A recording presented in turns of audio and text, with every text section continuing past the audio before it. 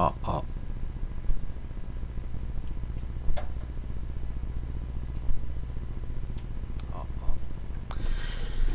さてとマイクは入ってる。一応毎回ねこれ挟んどかないと。読んでくれるかな。 OK ですね。じゃあまあね、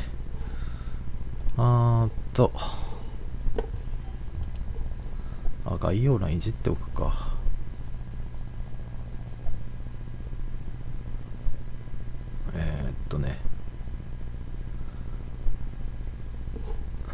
こっちだ。ちょっと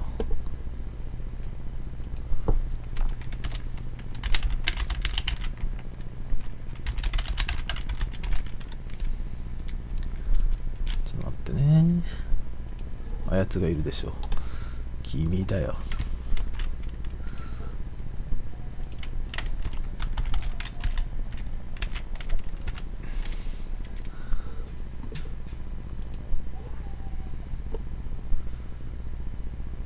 これで変わったかね。 OK です。じゃあうるせえか、これちょっとうるせえか。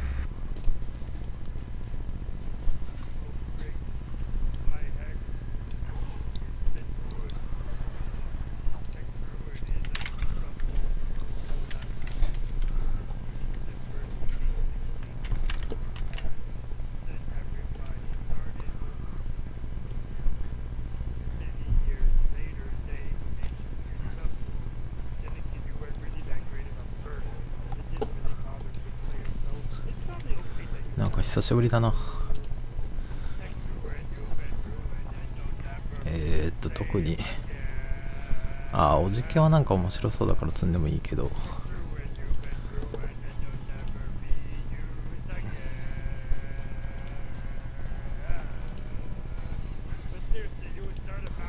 真面目にやる気がないというか、真面目にやってもバカバカしいんで、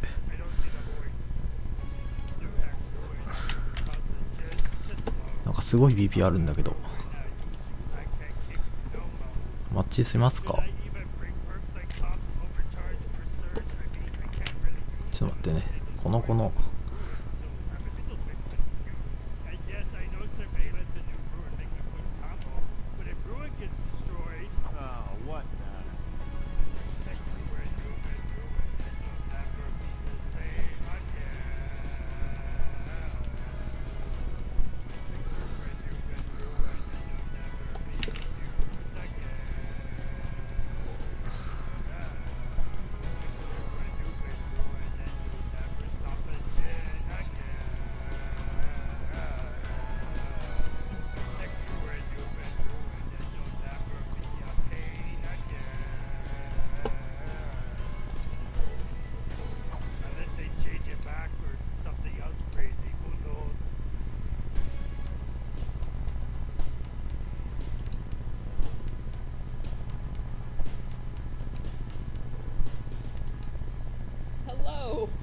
Oh, hi there. Hello, everyone. Hello. Oh man, that song really slaps. Yes. I So, was kind of saying, like, what if we just ended the stream right there? well, that was the Q&A for today. Bye, guys. Okay, so, これぐらいのあれで聞こえる？ I was kind of saying, like, what if we just ended the stream right well, there? that was the Q&A for today. Bye, guys. Okay, so, これぐらいの聞こえてるね。はいよ。OK です。first off, thank you to Sabination, one of our fog whisperers, to allow us to show す this ごい黄色待たされるじゃん。 Go check his YouTube channel. He has a lot of really fun stuff over there. All right, guys. Some people think there's someone in the locker. Don't touch it. Oh, sorry. It's gonna break. No, there was almost someone in the locker, but he's actually beside the locker, off screen. Yes. You'll see him later. you're- That is his hand. You'll see. Yeah. Okay. So We'll get there. First off, hello, welcome. Thank you for joining us today. Thank you for the mods, the CMs in the chat. I am Not Queen, lead community manager on Dead by Daylight, and with me today I have. Hi, I'm William McLean. So #blame McLean. That's him. I did it. And I'm Justin Banks, one of the product managers on DBD. All And right. do we introduce Ethan? Well, we will introduce him. Well, I'm pretty sure you guys know Ethan, but we will introduce him later when he comes in because right now it's a bit awkward. Yeah. Ethan is the hand behind Justin, right there. So, Louis, この辺の紹介飛ばし良さそう。 project. So I'm a gameplay programmer. I'm also in the live balance team. Awesome. Working on balance updates and killer reworks and all that kind of stuff. That's great. So the questions are coming from the forums. So we always have a post open a week or so before we do these Q&A to gather all of your questions. There will be questions about Ruin, but we will not start with this yet. Stick around. So stick around because actually we're going to start with Justin and what you're working on. Well, first off, wait a minute. I'm going way too fast into Q&A. Yeah, I'm a like, bit you stressed want me out to because start like now? we Yeah. have a lot of questions today. But first off, we have announcements, reminders. First, we're going to be at PAX East. There will be no booth. It's going to be a party, drink, food, fun. Much more, but more detail to come soon. TM. For the announcement for Justin. Yeah, so for some other announcements, so we have an update that released this week. So with that, we have our Lunar New Year event, Scarlet Swarm. So that's currently live until February 4th. Some cool in-game theming going on in there. We have some new login rewards for it as well. So for the first week, if you log in, you get some really cool charms. Second week, if you log in, you get some reskinned items that are really nice. A hat for Dwight, shirt for Nia, and I believe a 全然マッチしないんだけど大丈夫このゲーム。 Rat hammer. the rat. Is that the name? I don't know. That's what I like to call it. I can't wait to get it. You could call it that. That's totally cool. And then we also have, of course, Tome 2 for the archives that is actually live. So I can't believe it's already the second one, because this is blowing my mind. And you guys are definitely impressing us with how quickly you are running through all these challenges. All right. So we're going to talk a little bit more in detail with the questions for the first archive, actually, and where we're going with the second one. We have one more announcement here on the list. Yeah, I was going to say this いや、 one. アナウンスメントはいらないんだわ。 So we have, クエスチョ hot takes ン、 coming. Q&A 聞きに来てるんだわ。 All right, あ、この let's 辺 go か to ら the は。 Q&A because we have a ton of questions. Yeah, let's get through my stuff, then we can get Ethan on screen and away from behind Getting my shoulder, because it's The, creeping me out now. I don't know how many ruined question.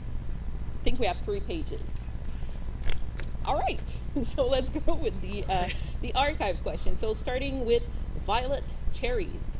What were the takeaways from the first tome and Rift? And 始まらんの how だが this affected the second tome. Oh yeah, so this, I have basically a full page, I think, of answers on this one, because it's a lot. So a lot of our takeaways that we had is that the completion time was a lot harder and longer than we had actually intended. So we wanted it to be very fair for players. Like, if you would finish all of the challenges in Tome 1, then you would reach the end of the Rift. The times didn't really end up actually syncing. We had matchmaking that came into play. Whenever we change that, it's a little hard to predict sometimes what will actually happen. So that caused some issues where you have to wait a bit, and that is obviously added into the amount of time that we are expecting you to take to finish the Rift. Then there was also the issue of challenge difficulty. So we've learned from that part as well. I believe it was when we released level 2. Right away there was a master challenge of getting 2 safe unhooks in the end game, and as soon as this went live, we thought, oh my god, what did we do? Mistakes were made. Yeah, so we rushed pretty quickly to reduce that to 1 and take it as an opportunity to kind of just drop some challenges all across the board, make them just a bit more fair. And then that was an approach we kind of took to levels 3 and 4 as well, a little bit more behind the scenes. And we've taken this going even further into Tome 2, kind of just trying to まさか actually キラーも balance 焚き火 everything す out. る時が来ると So は。 there's nothing unexpected. Like いや、まあ全然いいんだけどさ。 this time there might be a slight increase, but then that's roughly all you're going to see. You'll stay around that same difficulty for levels 3 and 4. In the original tome, we wanted it to feel like they were almost difficulty levels, but I found it was just really hard to get that across, and players didn't enjoy it. I think we didn't enjoy it either. We found it was a real grind once we got around to actually playing it. So we learned from hearing from you guys. We learned from our own experiences, and so we're trying to implement that more with Tome 2. On top of all this, we've actually done some changes for the layout of all of the challenges in the tome. So we noticed a lot of people were having trouble at specific master challenges. アーカイブについて淡々と語ってるけど、問題はそこではないんだけどね。A lot more dynamic and varied types of challenges. We've also placed a lot of the master challenges out of the way. So if you've already seen level 1 of Tome 2, これまとめて進められるようにならないの？ challenges from the beginning to end that are the ones you do over the series of different trials, and the master challenges where it's maybe do something as a doctor or as David in the period of one match. Those are off to the side, and you can do those as you want. Well, that means it also doesn't block you from ああ、 finishing 次 it. ドクターっていうか、今来てるのがドクターとあれなのか、デビッド・キングなの We か。 don't want to start using more different characters because a lot of them have very interesting stories, but we don't want to block anybody who does not have these characters. Well, that actually is a good segue for the next question Oh yeah, Louis knows what's up. from Pagan Run. How were the character chosen for Tome 2? And by the way, chat, don't worry, we're getting to Ruin at some point. It's coming. Okay, it's coming. Is it just endless questions about Ruin in there? Good guess. That's I yes, think you that's knew the yes. answer to that. Okay, so for Tome 1, since that And- was the start of all this, And a star bomb comment. thank you. Someone recognized. I love it. So for Tome 1, we tried to pick some characters that were our oldest, hence why we went with Trapper and Claudette to really focus on. And then the rest, the ones that got outfits in the Rift, also some of our oldest original characters. We wanted to really give these guys some love. As we're moving forward with Tome 2, you'll notice we picked kind of an interesting mix. I think David is old, Huntress is old, they were actually in the same one. Jane is relatively new, Spirit is relatively new. But we wanted to pick characters that we thought could have some interesting stories to tell. So moving forward, we're going to try to be picking characters that we think have something interesting that players want to learn about, can have interesting outfits, interesting experiences based on their abilities. And since this might mean that obviously we'll do a mix of free and DLC characters, we're going to make sure that we make these characters as easily accessible to you guys as possible. So they'll be ones that are always available in your desk shards. ちょっと一回 DBD 再起しようかな、これ。もしかしたらなんか引っかかってるか。こんなマッチせんことある？ちょいちょいちょい。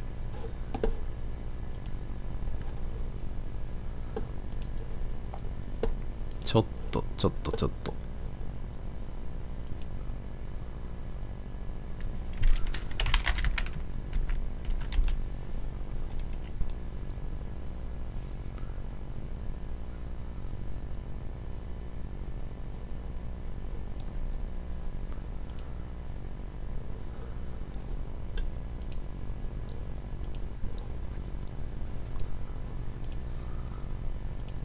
あれ、黄色でも比較的マッチするって聞いたんですけど。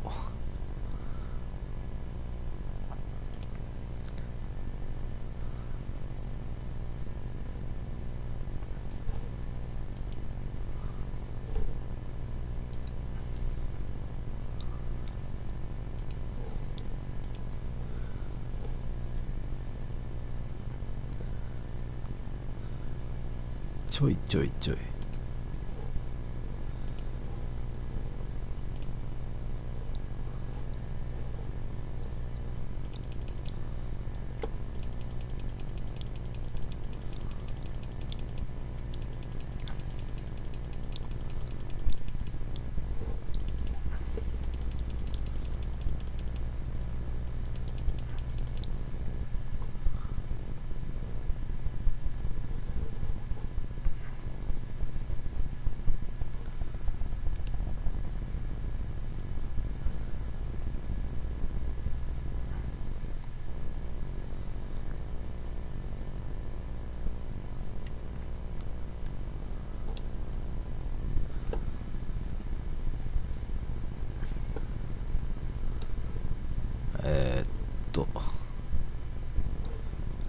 はい。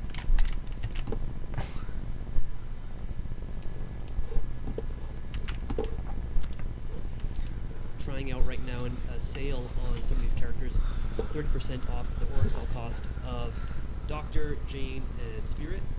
So you can get a head start, get these characters, do their challenges, enjoy them. I'm one of those guys that likes Spirit, so that's probably not gonna get me any love. Wow. But that's okay. Whoa.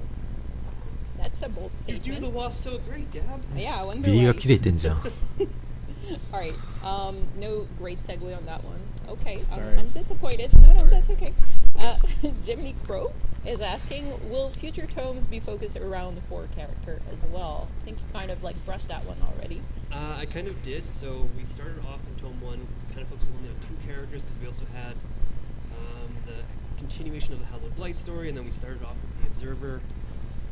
So I think the format going forward right now is focusing on 4 characters, 2 survivors, 2 killers, and really expanding on their backstories. So like I said, that is the current plan, subject to change. この辺全然関係ないっていうかどうでもいい話してるんで飛ばしますわ。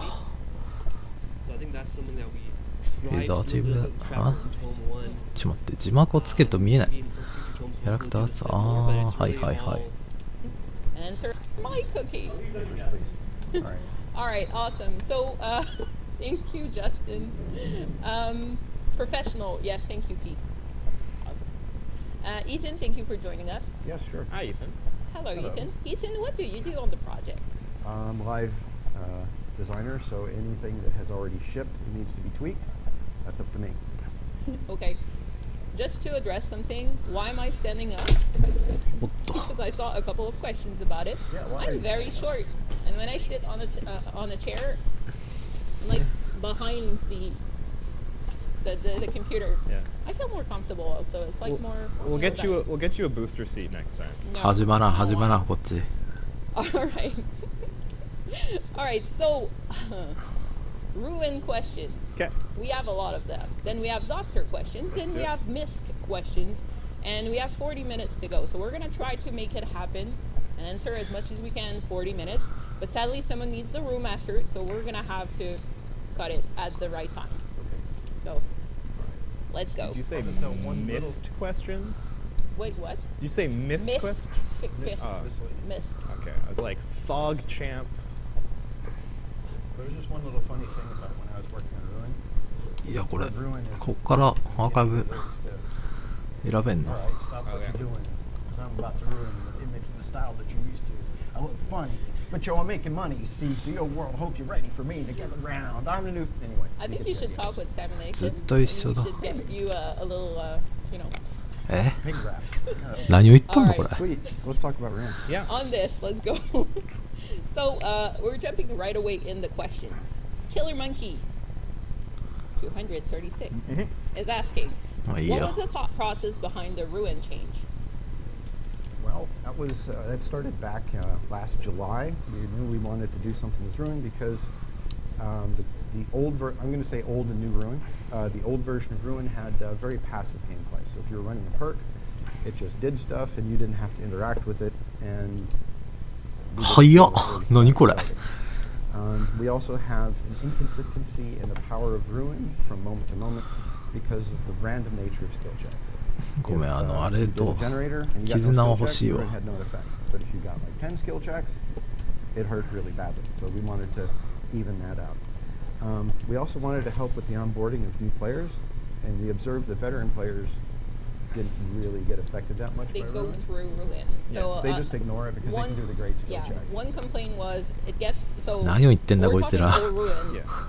One complaint was it gets cleansed too early, and that's for any expert. チャット欄がクソ面白いことになって And る the second complaint was also, well, good players are just running through ruin like it's nothing, so they don't really go for cleansing. Yeah. Simultaneously too weak and too strong. Yeah, It was kind yes. of weird. Yeah. So, starting with these observation, where did we go after that? Well, There were a bunch of different possibilities, I think, that we looked at. Like we knew we wanted to keep it generator related, something to help slow generators under some kind of condition. yep. And a few of the things that we tried ended up even more OP than anything else we had in the game. The original version of the one that just shipped not only had the bonus regression, but it also had a blanket reduction to repair speed across the board, and that was ridiculous. So Yeah.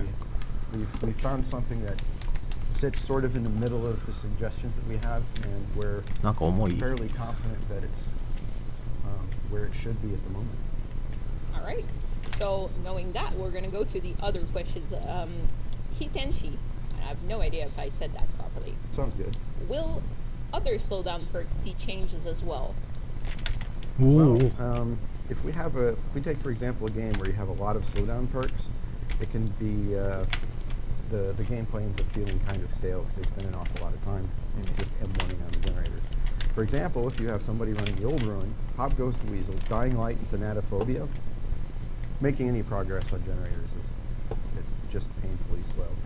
So over time, our goal is to make these perks less obnoxious when you run them together, but individually we still want them to be useful. For example, the new ruin locks out being able to kick generators, so it doesn't synergize at all with, say, Pop Goes the Weasel. Right. Now, if you're worried that ruin will get cleansed early and you take Pop Goes the Weasel, the survivors trade one for the other. Right. いやいやいやいや、そんなことないでしょ。 Insurance policy. So we've seen a lot of people already running new ruin with surveillance. That was Yeah. that was something. That's a pretty potent combo. Yeah. But One of the- you can always cleanse it, so you're Yes. not stuck with that the whole game. But it's a pretty interesting combo while it lasts. It popped up and one of the testers came up and said, should ruin work with surveillance? And we thought, oh my god. And we played a couple times and thought, yeah, It's pretty cool. it's pretty cool. We'll leave that. Yeah, I think we're gonna go to Luca's question. Sure. So, Okay. Luca 2211. Have you considered making Ruin a すごい猫 non-expert? 反応して Because るな。 that one came back a lot in the Yes, feedback. we did see that a lot. We had a whole thread, which, by the way, we want to say like congrats to the people on the forum because that thread was absolutely amazing. Of like, okay, what will you do instead of this? And there was a lot of things that we picked out of this post, and also people were very, very good at staying civil, and Yes, it was that was great. impressive. And the designer actually took the time to read all of those. Yep. A lot of us do spend a lot of time on the forum reading stuff, and Yeah, so we like absolutely. it when a constructive thread happens. Yeah, Yeah. it's really helpful actually to see outside perspectives because when you're stuck in the middle of something, sometimes you don't see everything. So, anyways, that suggestion Yeah. of Ruin not being an X. Yeah. What's your take on it? We considered it, and Ooh. it didn't seem right. First, all three of the hex perks that first shipped are hag perks, so hag perks need to say hex perk. And if it stays a hex perk, we can keep its power level up. If we made it not a hex perk, it would probably have to regress at a lower speed Yeah. than it does now. So, yeah, It would have to exactly. It would have to be greater than this. it would have to. I don't think people would enjoy gameplay with this type of thing that cannot be dealt with. Yeah. お And I お、 think そう we're だ going to な。 talk about it うん later in one of our 10 next Ruin questions. Groot, dude, Yep. have you thought about keeping the no great skill check progress part of Ruin? So Thank you. those are mostly like all the suggestions we've seen on Other stuff forums on it. and other places. I think Yep. when we were talking about it, like of the suggestions, people said like, what if Ruin's not good enough as it is? What could be done? That was probably one of the suggestions we liked the best. Yeah, absolutely. Yeah. That is a good suggestion. So if we find out that the current ruin isn't living up to the amount of power we think it should have, that's something. いやいやいやいや、 we're 近い considering 近い近い。 adding. So there's like an a bit of a- opening for the future at Yeah. reviewing and re-adding and readjusting. I wouldn't say anything's like set. 落 in ちきてるん stone だけど、 here. リージョン Nothing's は。 set in stone. It's a Yeah. live game. Everything's bound to change, Exactly. right? Yeah. Plus, I guess one of the other advantages of this change is that it's got a hint of nostalgia for the old Ruin without like all of the negatives that were necessarily associated with it. All right, and also I want to add one thing. We've learned from our past mistakes. Looking at you, Freddy release, Oh. where we changed things back really, really quickly, and as a team, we realized that it is actually a good コー thing ヒー to 飲んでる leave 場合ちゃうで、マジ changes で。 a little bit longer before we readjust, unless it's like blatantly Like not working. like not working. And basically, we want to give the community the possibility to either find キラーの方が多いん alternatives か to ね。 Ruin or new builds, or even trying the new Ruin だから爆速マッチなの、 and これ。 trying it with another combo. We've seen a lot of people あ、これ get いらな very いっす。 creative already, so it's interesting to see where that meta will shift. え、なになに止まった Alright. 大丈夫か Vampirox. Can you remove the notification survivor get when Ruin is active? The hex perk system as a whole notifies people as soon as a hex perk has an effect that's noticeable.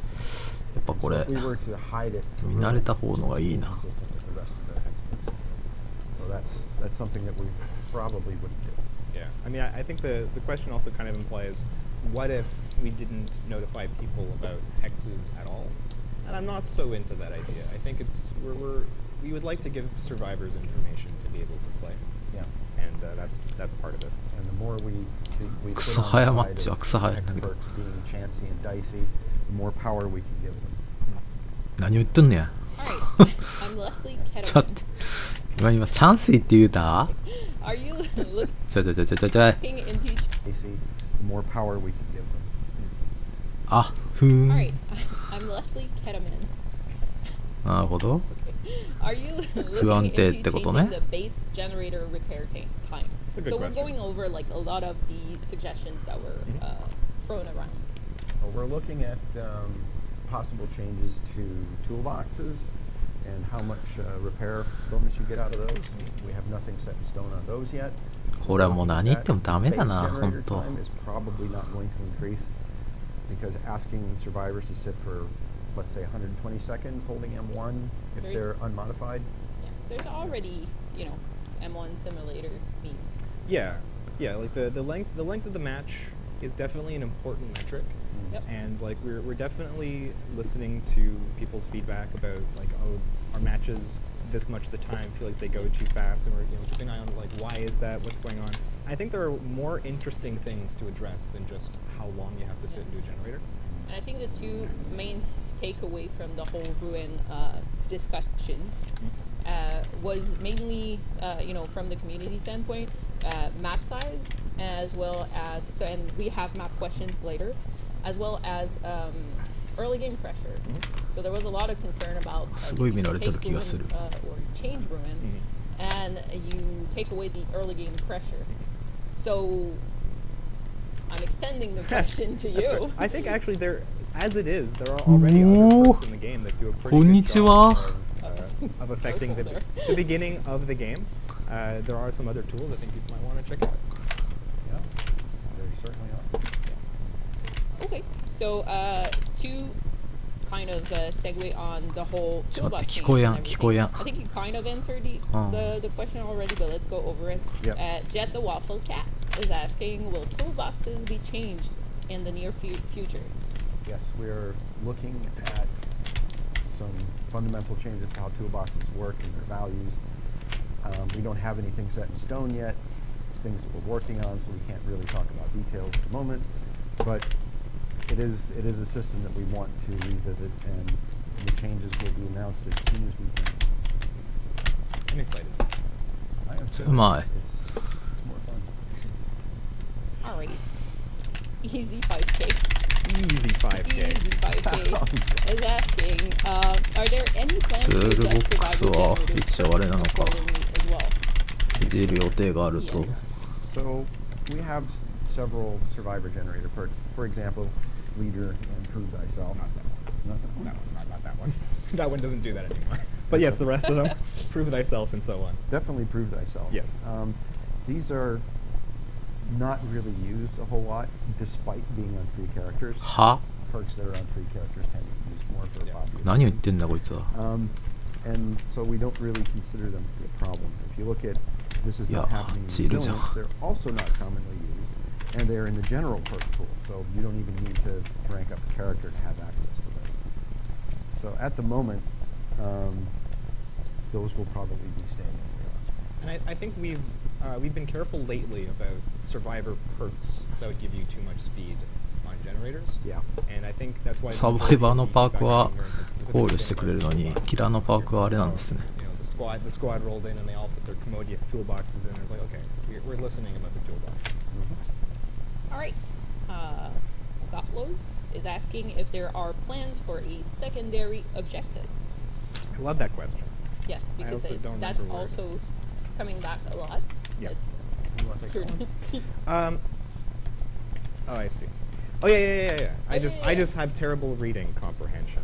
No, it's a great question. So like in the short term, it's unlikely that you're going to see some kind of like brand new secondary objective pop up. Which probably is more likely is more focused on sort of the existing side objectives that we have. ジェニーの場所が全くわからん There's a lot of like a big spotlight actually currently, I'd say, on totems with like the change to でも ruin. このあれは斬新で面白いな Like the fact that, Oh, for倒してる example, no one escapes death is a pretty popular and powerful perk, which really encourages a totem hunt. And what we did a little while ago, right, we increased the rewards for destroying 大体ここにあるでしょ and I foresee perhaps more iteration on the totem system in the short term in terms of like what are we seeing for a secondary objective. I don't have any specifics, so as much as I would love to just like spitball about totems live here on twitch.tv with all of you guys, Let's we'll have not to if move we don't on. have a final plan. Yeah, let's move on to the next thing. It's just Yeah. like we're thinking about Because it's it. always dangerous. We tried in the past to share, Yeah. like details on the development process, and then we realized it was even Yeah. harder. Little breaks my heart more than talking about something really awesome and then it's interpreted as a promise and then it can't happen and then everybody feels bad. Yeah. So, I have no idea which name it is, so I'm sorry. I'm pretty sure it's going to be on the screen. Are you looking to improve some of the weaker perks as well? Yes. It's a BS. BS. Beast Beast K777. Yeah. But there was a second name, so I was Yes, like, that's a no lot. cannibal. It wouldn't surprise me if many people wrote in to say, "Hey, The what same about question. all of these perks that I have in my list and I never use them because I don't see the use of them?" So we heard. We have a list of several low usage perks, and I have the list with me right here. So Pebble, I'm the only one apparently using it. So there's one Yeah. person. No. Your usage by itself has skewed the stats so much. Yes. It's like right up there. Way to go, Gab. Yeah, so we'll never change it because as long as you keep using it, it's high use. But she will never unequip it. So, Okay, so- here are some perks that we plan to hit soon that are low usage. Small game, Soon. cruel limits, any means necessary, slippery meat, vigil, this is not happening, and technician. Oh, All of these are things that we would like to give some updates. my This question is was, happening. can you name one? So I'm happy to hear all Yep, of so you've those. got several there. There you go. All right, so That went pretty fast. Clip it. yeah. All right, so Luca Garden is asking, will commonly used survivor perk receive the same treatment? So, for example, we all know those decisive strike, borrowed time, adrenaline. I'm surprised this person didn't put self-care there. Oh, that's true. Self-care. Actually the most used survivor perk. Yes. Way, by Even a lot. after, like, Even last after all the summer. stuff that happened. Yeah, Yeah. it sticks way off the edge of the ground Yep. in terms of usage. Some of these survivor perks, while they are quite common, were not used nearly as much as Ruin or Self-Care. Decisive Strike already got a serious cutback, so we're not actually that worried about What's its power at the moment. Though we do know, like we've heard and we understand the concerns, mainly the one about how if we're considering it to be an anti-tunneling tool, why is it that if they go up and do something, they still have a timer? We heard about Yes, it. we have heard that. よろしくな。 We are reading the forums. We Yeah. see those discussions, and we're considering that internally. But if you consider borrowed time and adrenaline, they don't stick out as far in terms of usage as Ruin Oh. did. If you consider decisive strike, adrenaline, and borrowed time, life is actually used more than all three of those. So Yes. I and think you're need to telling me remind- live. Yeah, I need to remind you guys that the game is on multiple platforms. The meta might not be exactly the same on each platform Kawaii. at each yeah, level. that's Yeah. true. And when you're looking at Light, well, Light is on a character that is free on console as well. That's true. So by definition, if it's a free perk, we might see a little bit more as well. Yep, that is true. So that doesn't mean that nothing will ever happen to these perks. That's right. It just means that it's not getting hit by the same initiative that X No. Ruin did. No, Ruin just stuck out way. ありがとう。 Yeah, And self-care sticks out as much as Ruin did, but it's not as problematic. but it's not causing problems in the game. Right. Sonzai Shinai? Is that Sonzai Shinai. Thank you. I have no idea. That was very good. Will you. X Totem あ、これ ever 飛んでくるわー。 get some sort of 飛んできたわ。 respawn mechanic? That's pretty unlikely. The concept behind hex perks is that they have huge punch. Like if you look at Devour Oh. Hope, Yeah. this thing lets you more EP. Yep. If we were to make it so that hex totems could come back, if they were easier, 眺めがいいところで then 死 the ぬ。 power level on those corresponding perks would have to go down to compensate. Right. And we like them being punchy. Okay. And how about, for example, okay, someone breaks your totem, and Yeah. as a killer, you take some time to go and set it back up somewhere on It would another. have to be totem. quite a lot of time to make it worth the amount of power you can get out of hex perks. Like one day there's the killer version of any means necessary, or you sit down and you put your totem back together piece by piece. It takes you a minute, and then you take out your little lighter and you turn the light back on. I don't know. Never say never, but it's not in the cards at the moment. Okay. Spicy Top Ramen is asking, will there be other generator slowdown perks in the future? It's not impossible that we'll make more of these. This is kind of a long answer. I'm going to have to read this one. Sorry. However, we will be very careful about how they interact with others. We don't want sets of 4 perks that are slow down to be meta anymore. For example, New Ruin doesn't have terrific synergy with Pop Goes the Weasel since it locks out the damage generator action. Only one provides value at a time. So going forward, we might find other interesting ways to have generator slowdown perks, but we don't want these easy blanket things that can all synergize to make super slowdown. あ、ごめん、そこじゃなくて。 Ideally, it would there are other things we'd like to see people do. The only thing people are ever doing is slowing generators. That's a problem. Ideally, we should see people bring in lots of different types of loadouts because there's tons of fun stuff you can do with perks. Yep. All right. So let's jump to doctor update questions. Sure. There's a lot of doctor ド questions ク here ター as の well. 質問は別にどうでもいい So んだ the よ whole な。 early game thing, we don't really have a final answer on that. That feedback from the community. Well, we expect in the first couple minutes, let's say the first 2 or 3 minutes, 2 gens to be done. Maybe that's sort of normal, especially on a larger map like Temple of Purgation. The intention was never for a killer to be able to keep all 5 generators up for the first 4 minutes. It's just not what it was intended to be gameplay. So if you're having trouble on a map like Temple of Purgation, you see 2 generators way out there, maybe just let them go and protect the other 5. Yeah, it's a strat. I know, there are some great killers out there producing content that may have some good tips. That's true. Check them out. We've got great ones. Some of them are Fog Whisperers. Some of them. Yes. All right. Let's change the subject Sure. to the doctor Yeah. update. So Edis is asking, why does snapping out of it reduce you to -1 now? なんか切りたかれとる。 When we were doing our tests with the static blast that guarantees a tier up, you would blast somebody, they'd be in tier 1, you'd blast them, they'd be in tier 2, blast them, they're in tier 3, Yeah. they snap out of it, they're in tier 2. You hit them once more, they're back in tier 3.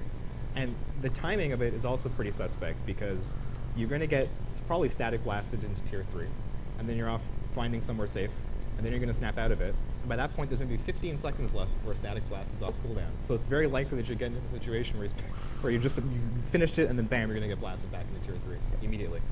So yeah, that cycle wasn't great. It wasn't fun. Fun So we fact fixed about why you went back to tier 2 and not tier 1 originally. It was actually because we were heavily inspired by how Michael Myers worked. And we liked that he had his special phase and then his alternating between tier 2 and tier 3, bouncing back and forth. And we're like, what if Survivor? Only once we did that, it wasn't as interesting as Michael's progression of power in the cycle between tier 2 and tier 3. It was just kind of a weird way, actually, the way that magics work. In hindsight, at first I was really nervous about it. But now that we have it, I'm like, oh, okay, no, I actually do kind of like it. Although we are super aware of people's complaints about how they feel like maybe it's not worth it to put somebody into tier 3 because then that means that they can usually put themselves back into tier 1, and if they only have effects that are actually in tier 2 or 3, then they're like, oh no, I'll lose my effect that I put my add-on for. But as we know now, you're just going to blast them back into 2 very soon anyway, so it's all good. Now I think it's way more dynamic. You're constantly climbing and dropping and climbing and dropping. I think it's more interesting. And as with all the new changes that came in with the mid-chapter update, we're still gonna keep an eye on, how people develop with this new doctor. Absolutely. Yep. Awesome. その回り方は良くないんじゃないか。 Dustin is asking, is there any chance snap out of it to be considered healing again? All right, we've got a problem with that. If something is considered healing for the purposes of one perk, for example, Nurse's Calling, so people with Nurse's Calling would see you snapping out of it, then it's considered a healing action for all perks. And now Botany Knowledge allows you to slow it up. It can be slowed down by Sloppy Butcher. あれこの辺にジェネない Slow の it down. It can be slowed down by Coulrophobia a lot. So Yeah, that would be it's 50%, absolutely right? Yeah. Yeah, so I think one of the one of the catalysts to having us reclassify a whole bunch of things to not be healing was the introduction of coulrophobias. Well, sorry, no, the introduction of mending. Legion came out, and you're like, if we let, because mending is a lot like healing. More, I think mending is closer to healing than snap out of it is. Oh yeah. Right? So if we call these like healing adjacent kind of things, they like feel a lot like healing. And I think we all had in our hearts the desire to let them be healing. It felt good.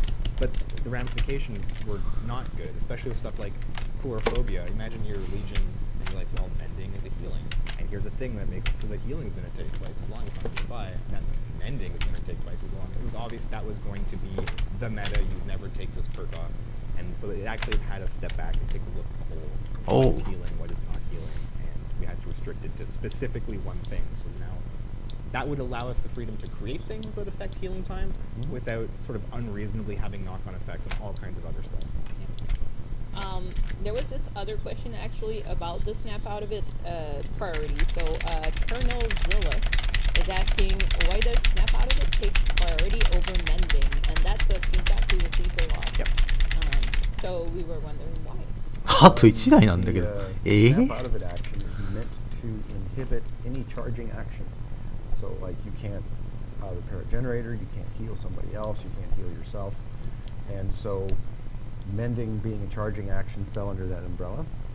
We looked at how that worked because this question came up in the team early. We're like, should this lock this out or not? And the decision was that it should. What happens if you have a deep wound timer that's longer or shorter than the snap out of it timer? なんかもう通電してな You're い going to go down. 気の That せい sounds kind of unfair. But it gives the killer the ability to stack these things and get some play out of it. We didn't think it was happening Whoa, enough no, wow. to make that change. We've seen a lot of feedback, so we are considering that maybe that's how we should do it. So it's open for debate at the moment. We're still talking about it. All right, Freddy Deadpool. Could a survivor's madness tier be made more clear to the killer? That's good. ハロー It's an interesting suggestion. Yeah. That's perfectly fair. I think I've heard Huh? this question a few times internally too. We have 来てんの来てないの like じじわかんねえんだわ there, 俺 it's on the status bar for the survivors, but you'd have to be some kind of like static whisperer to necessarily be able to discern like what level of madness is what level of static. I think it's mostly the 2 and 3 that are maybe a little bit too similar. I feel like if you see the level 1 static on the, I feel the like one player's and two are profile. more similar. Three's Really? got the really well-defined circle. That's Yeah. fair. But it depends on how you look at the icon. Yeah, I think yeah. Sure, it could be more clear. I don't think we can make any promises about that. 何かが壊れた Yeah, we're 気がする Yeah. あこれ俺に来てんの Good idea. As Nam 78, why was exhaustion removed from the doctor's add-on? Well, we had a new effect that we wanted to give to the doctor, the reverse skill checks. And we looked across the other afflictions that he had, and of all of them, exhaustion was the one we liked the least, so we traded it out. It was that simple. Can you name the 5 afflictions? By heart, Yeah. right See, now. you got shaking. No, what their names are. Oh, the actual no, I name. can't name the names. I know Internal what they names. do. Obedience, calm, discipline, restraint, and the other one.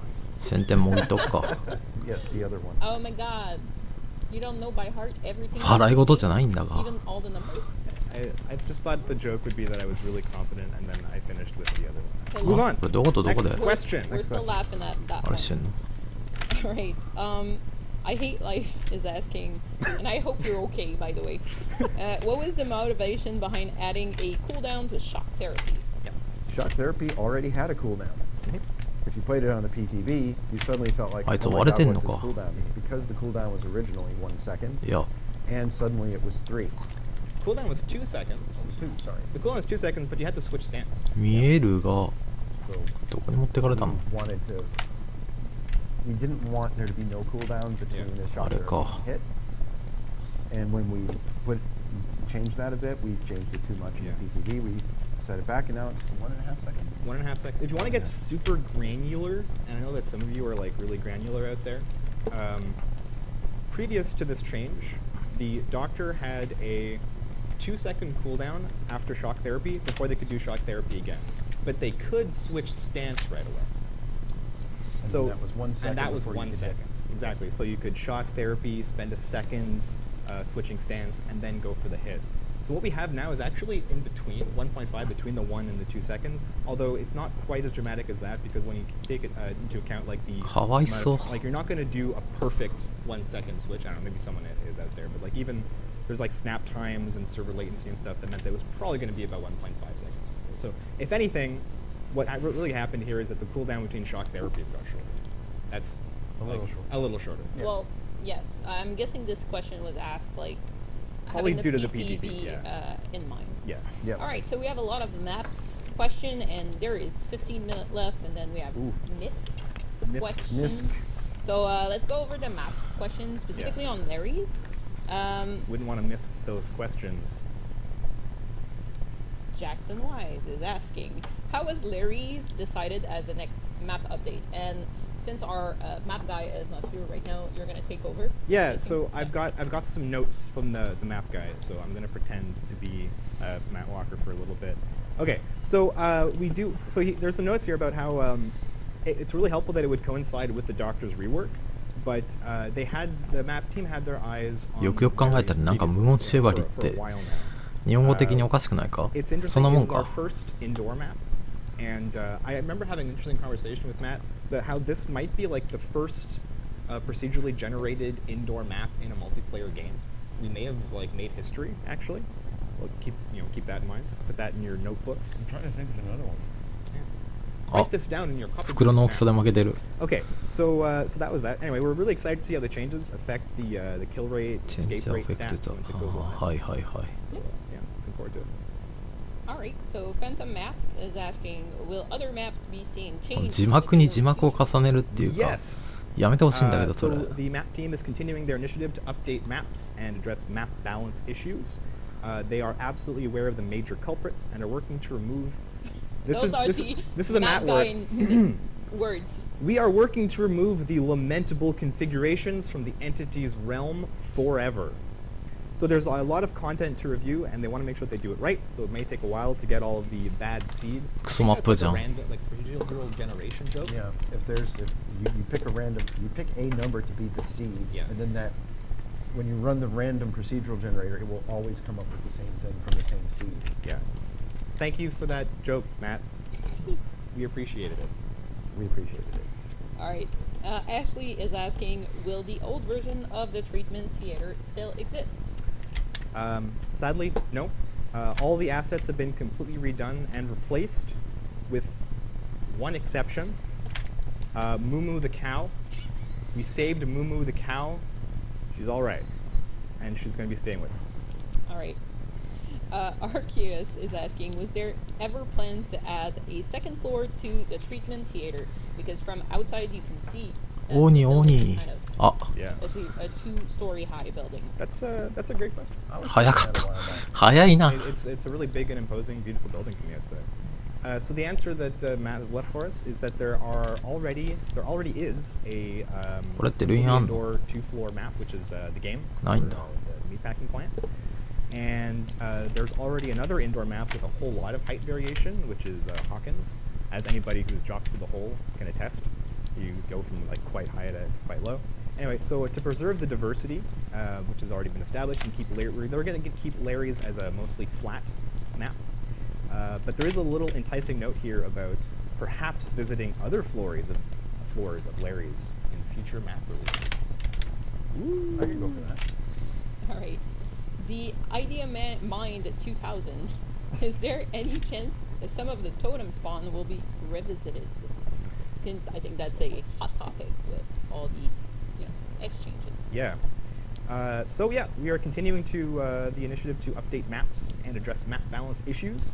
The more open outdoor maps don't usually exhibit the signs of major imbalance, so they haven't been a priority. I assume this is more on the balance side. I think you may have been not necessarily totems, but there's a note here. We're absolutely planning to better hide totems whenever we create a new map or update an old one. So in other words, yes, you've been heard.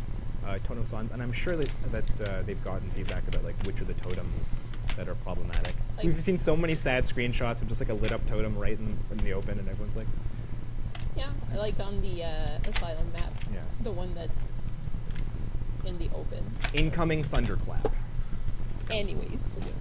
Mamicha is asking, is the treatment theater bigger or smaller than before? Yeah, that's a really cool question. So the map どこにあ did んのこ not れ change ジェ in ネ overall size. ジェネさ Their ん overall size being like the surface area いたいた or the number of tiles. Because for those who don't know how our maps are put together, and I think it's a fascinating topic, it's actually made up of 16 meter by 16 meter tiles in like a grid. And so it used to be essentially the term written here. The technical term is a stubby rectangle, about 5 by 6. The map was changed to actually be a little bit longer. It's now a 4 by 7.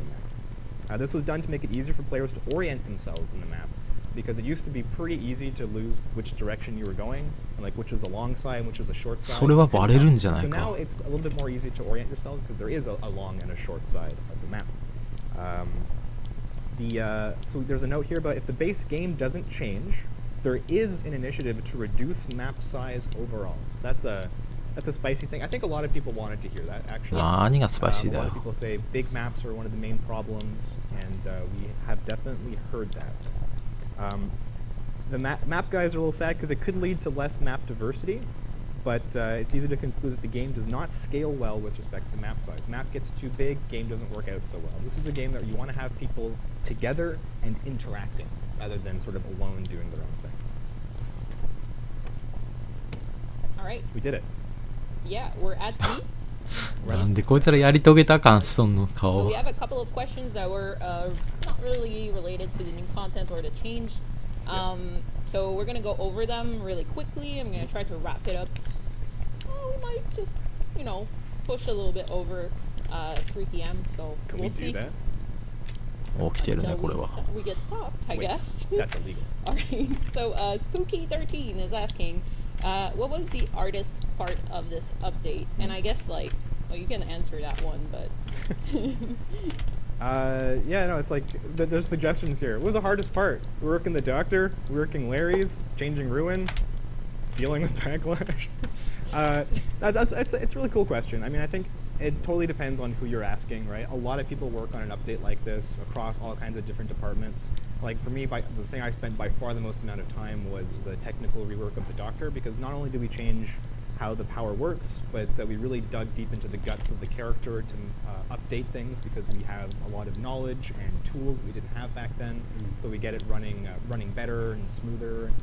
I don't know if there's a noticeable performance increase, but it's done using better methods あ now. どこで捨てられたの It's a nice little あ cleanup. そこか yeah. So So we're not really in a good place to say what's the hardest, because Yeah. for each team it's very different. Yeah. So the art team spent I don't know how long reworking all those That's beautiful good. assets in the thing. We have the level designers who redid the layout. We had the For me, designing Doctor took a lot longer than designing Ruin. right. But because Ruin was so prominent, Yeah. there was a lot more concern about whether that change would be the right one or not. Discussion, So try, one's more work, one is Yeah. more concern, so it's hard to say. The amount of work doesn't necessarily match the amount of worry, or how much brain space it occupies doesn't necessarily relate to the amount of work that it took. So I guess the answer to this question is yes. Yes. Okay. All right. Lord Glint is asking, will anything be done about the hook tech? Yep. Yes. So yeah. い I guess イエスで maybe I ごまか shouldn't すなっ describe ちゅう it の in No. case you want to なんな Let's ん not イエスって just make it even more. For Might those be a who walk. know what that is, you can know that it will be fixed. The fact that it wasn't fixed in the thing that just went out doesn't mean that we're condoning it or telling you to do it. It'll be fixed, so you guys can forget about it soon. It'll be over. Yeah, we had a fix, but it turned out to be more complicated than we expected when the programmer was getting through it. Right. And then he came up and asked me, can this go in the next release? We said, sure. And I want to stand up for a moment because I saw this particular anecdote circling around, and it turned into it was too hard to fix. I'd be like, no, our programmers are brilliant. The problem is that it's risky because Yes. it's a change to an underlying thing which might have knock-on effects, and we wouldn't want to accidentally affect something else inadvertently. So the idea is to hold on to it and test it more thoroughly. Yes. So more testing in order to have a definitive fix. Exactly. And without breaking other aspects of Survivors on hooks. Yeah. All right. So the two next questions are kind of related a little bit about the PTB, but we're going to brush really quickly over it. So Lichu Anyan is asking, has Dead Hard been changed on the PTB? Yep. And before we answer him, the next question, XGG Easy, was asking, why was moonwalking removed in the PTB? So both of these things were どうでもいいな、 related. その質問。 Just wanna just, Yeah, so we tested some interesting technology in Oh. the PTB for motion ミスっちゃった。 simulation and the stuff that could really make movement feel better slash be better replicate, essentially make it so that people are where they look like they are, so that you don't get hits that look so bad and things like that on a dedicated server. We were testing out some cool tech for that on the PTB. It didn't go live, so I'm not even sure if these questions relate to like what's currently live. it's not what's Right. currently live. However, there was a little bit of a feedback Yeah. about controls and, Yeah. and the feel of the controls, which the team that is working on that specific あれ直してからこれはいいのにね。 is looking at the moment. Yeah. So yeah, moonwalking. We didn't remove moonwalking. We don't hate moonwalking. It was just that with the feature that we were testing on the PTB, it changes a little bit of how your inputs are handled. So it just wasn't possible to do it. Not because we hate it. It was just it's a side effect of No, the it's motion okay. change. You said it. We said it. McLean hates moonwalking. You heard it here first. It's because I can't do it, and I'm really jealous of people who do it. I watch streamers and they hit like a fat moonwalk, like 10 seconds. I'm like, damn, I wish I could do that. And if I can't do it, no one can do it. Obviously, that's why. All right. Those are clips. That's a clip. Okay. That's a clip. Georgie T is asking, will other killers be receiving secondary powers? So the question was more elaborated than Yep. that, but that's pretty much the gist of it. Yeah. 減るで It's しょ。 unlikely. We don't have plans for it, but you never know. I mean, the doctor changed. We took static field. We moved it over to static blast. え And it just felt like Nani? what to do. I mean, if なんか今 you ワープしたぞ。 Wraith, his power is pretty straightforward. He can be invisible or まあいい not. けどさ。 Where would you put another ability? Maybe 6 months down the road we'll say, hey, Wraith needs another ability. Maybe not. It's hard to say. We have a whole button available that we didn't have prior to the pig. Speaking of which, Uh-oh. Uh-oh. Gabrielle, What? would you like to play a game? Happy birthday to the pig! Yay. あ Yay! イエーイじゃないんだよな。 So, boop. Boop, boop, go out there and boop a snoot for us. Yeah. For the pig. Better hope it's not me or I'll hit you. Yeah, this guy Buta-chan he na doesn't play fumaji. No around. fun allowed. All I right. think I have a couple other questions. Yeah. Yeah. Here it is. In the gatekeeper is asking, are there plans to increase base generator regression? So we talked about base generator speed earlier. How about the regression? The chat is booping. It's beautiful, by the way. The current amount of regression seems good. The baseline, Ruin doubles it, and if you've played a few games like I have where Ruin stayed up the whole match, it's pretty painful. So I think we're happy with where the current base regression is. Maybe there's room for other things that affect progression. Maybe Hex Ruin won't be the only thing in the game that affects the progression rate. Maybe. Don't quote me on that. Actually, forget that I ever said it. Don't clip him on これ that. バグでしょ。あ、 I'm just saying anything is possible. Yes. All right.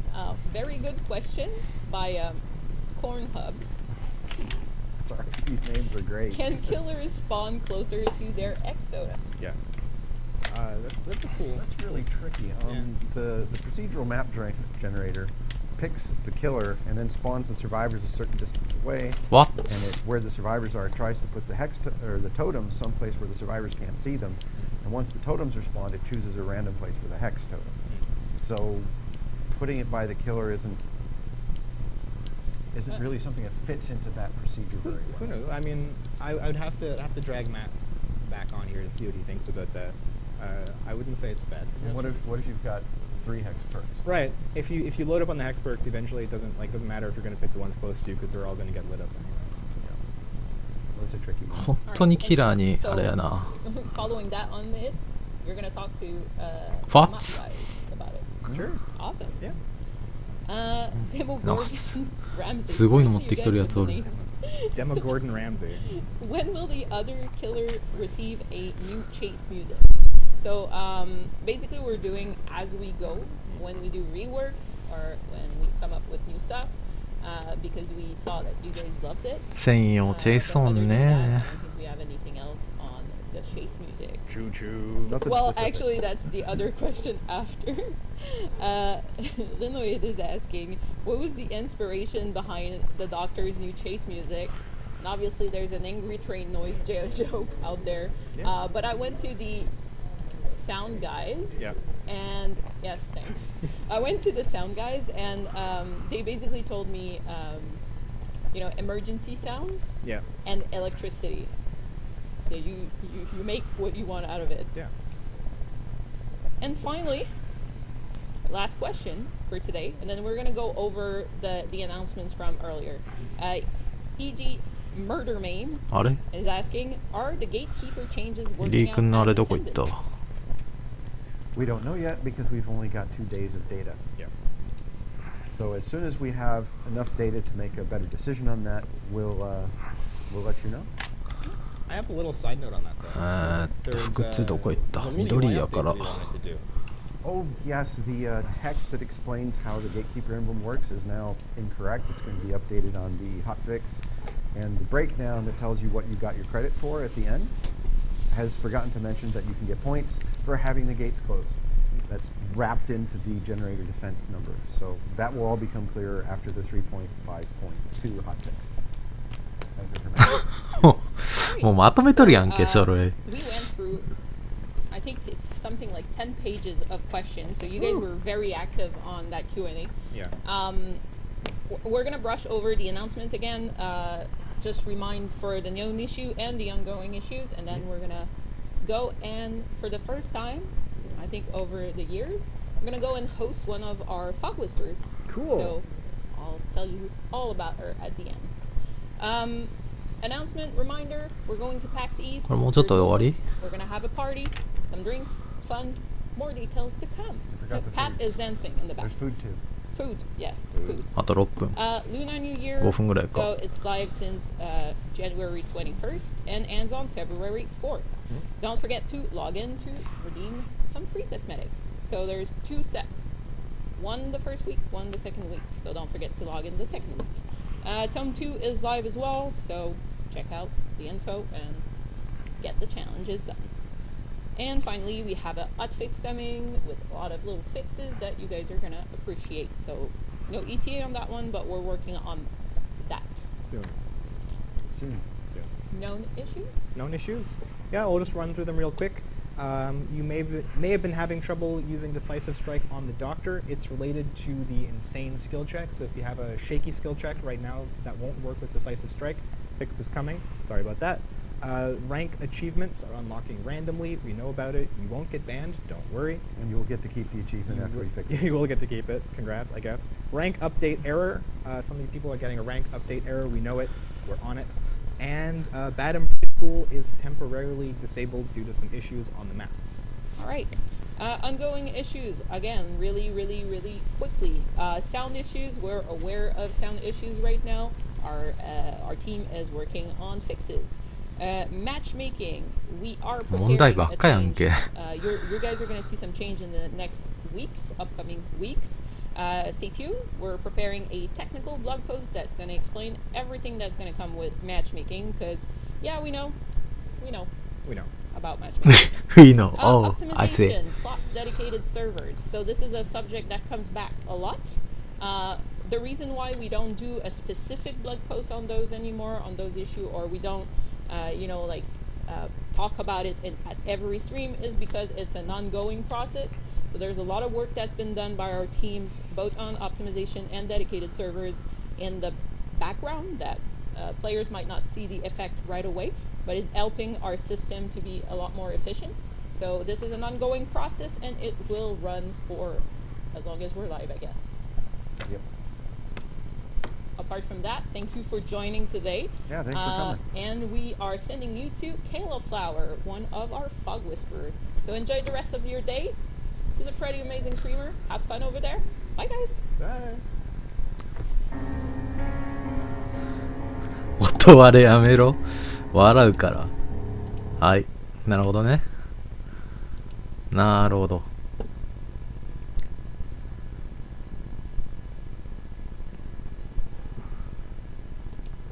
マッチングしたわちょっと待って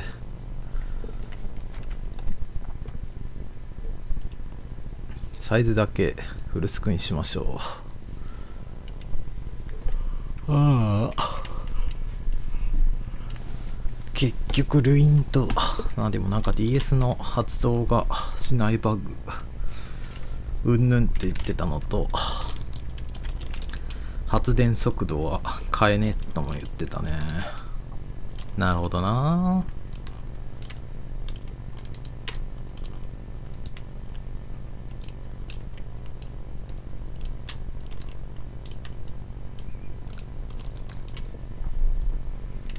あとはチェーンパークの重ね掛けも不快だとかどうとかっていうのが言ってるなぁ、どう聞いても。なるほど。いやもうどうしようもないよな。じゃあ私黄色のねランクなんで、とりあえずねサバイバーは遠くへ惑説をね信じてね。はい、こんにちは。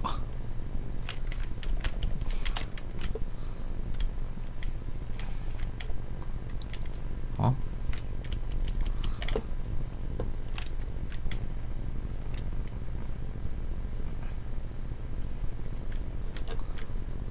ここでしょ。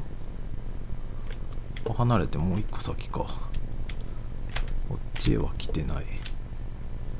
小屋へ走った組と、この足跡は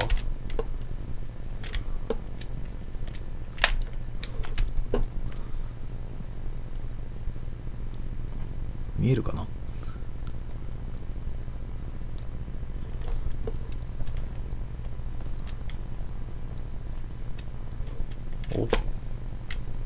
お、あれか。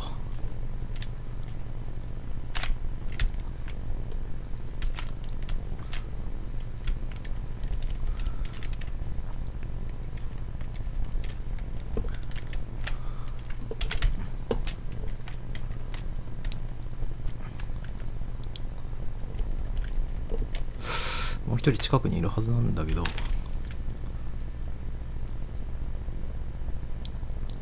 今ここにいた気がしたんだけど、救助早いな。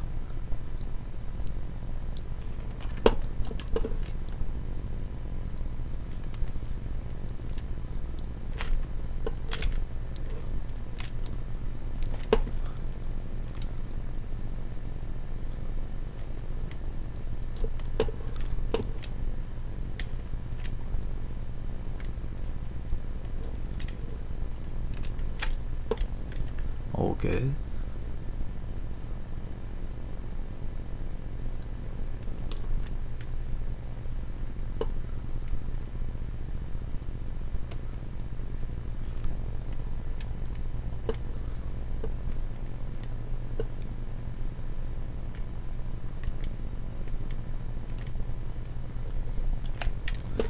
OK。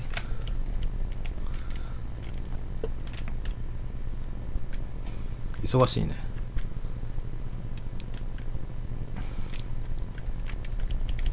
ついちゃったよ。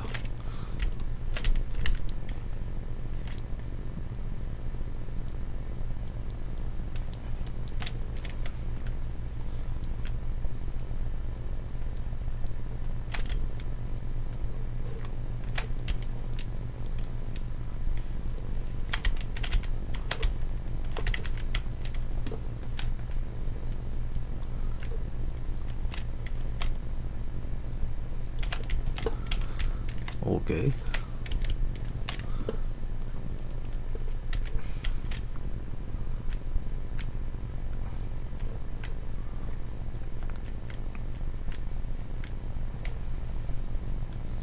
もう一人いる気がするんだよな。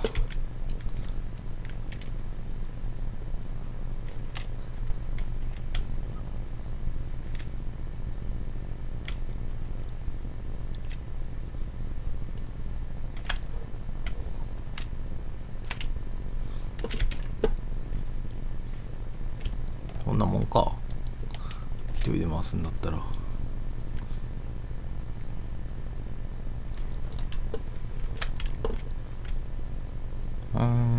なるほど。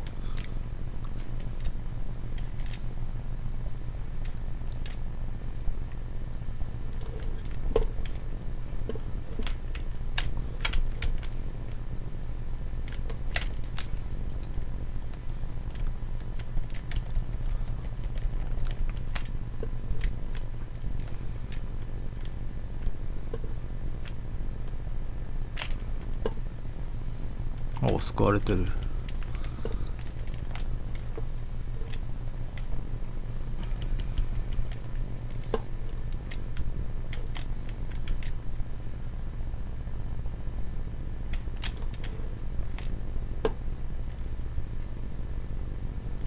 こいつは DBD 知ってるぜだと思うんだよな。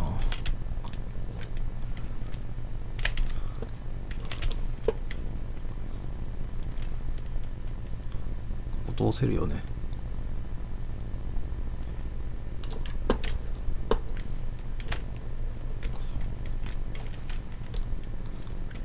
戻った。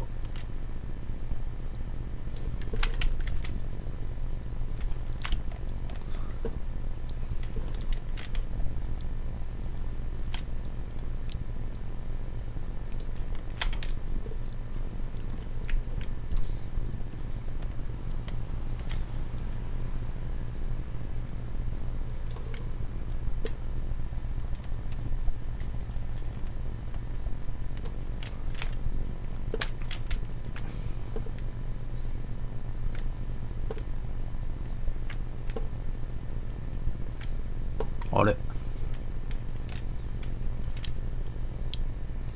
スマチャック、はいはい。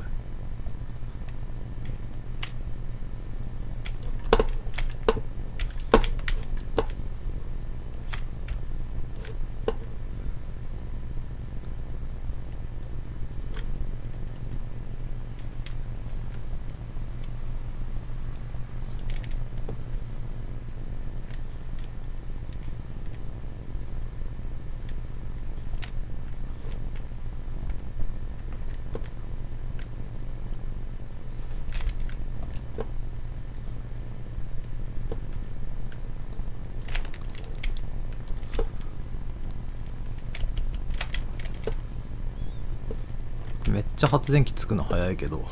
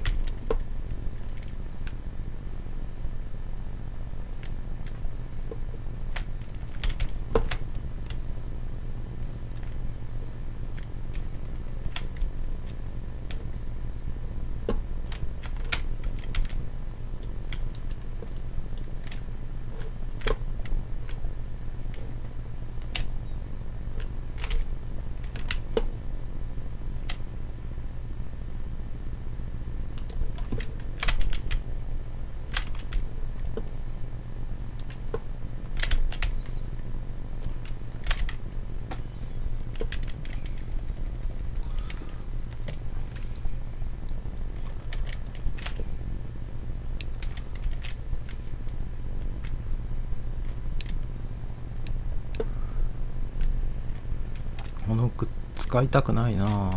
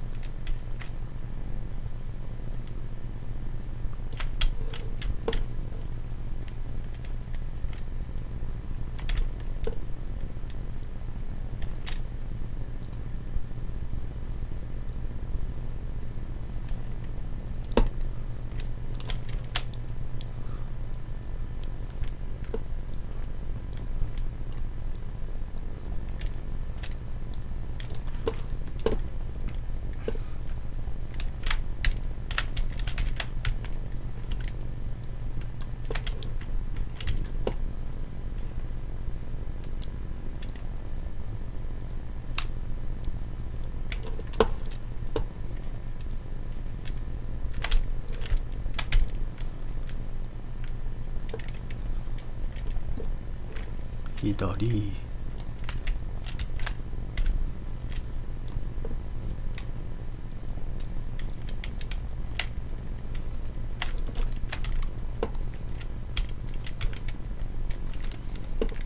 逃げてったけど。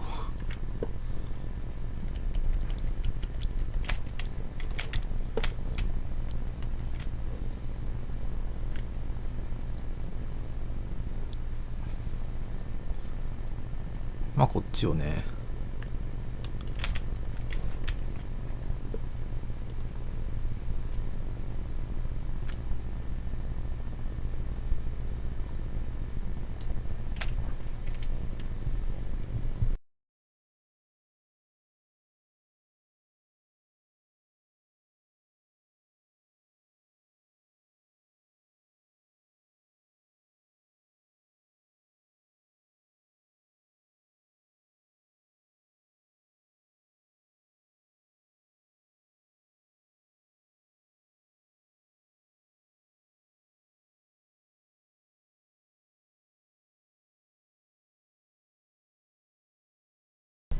意外とまあそうか。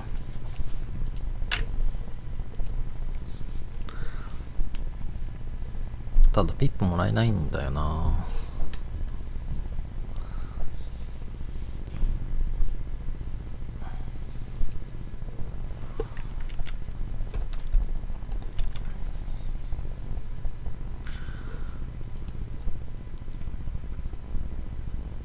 まあいっか。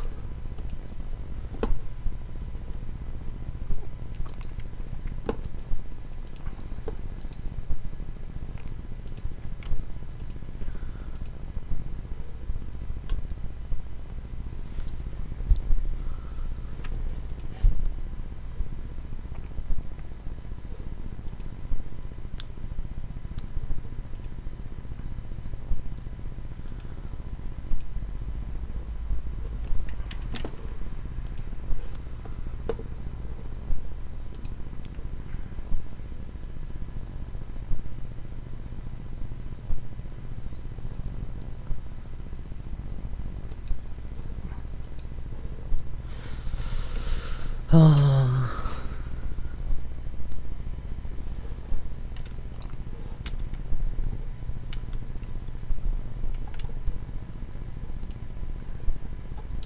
サバの方がマッチ早いんじゃないかってぐらい。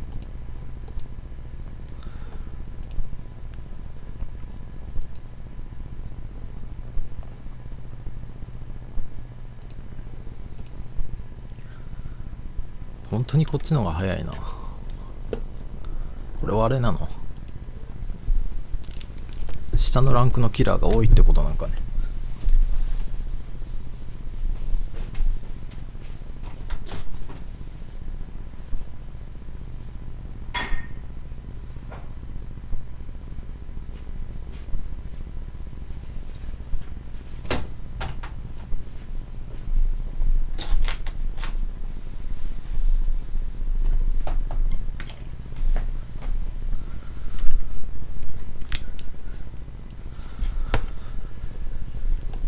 早くチェックを入れてくれ。あとは何言ってたっけ。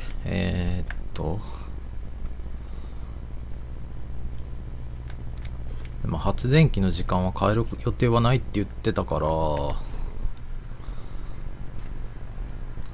具箱となんだって有能。でも有能はなんかあれだよね、あんまり使われてないからテコ入れ別にっていう感じのこと言ってたな。あとは工具箱とかでバランス、まあ工具箱は調整入れるかもとは言ってたか。んで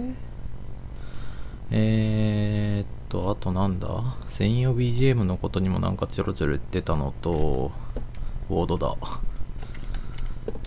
やったー。さあ開幕楽しい。ここに宝箱があるからプレイしよう。なんか面白いのないかな。鍵だったら左の穴に捨てよう。あ、ライト。キラーを不幸にするやつじゃん。今言ったそっちにあったよね。ここ端っこの方か。あ、キラーは誰？いたいたいたいたいたいたいた。スキルチック多いんだわ。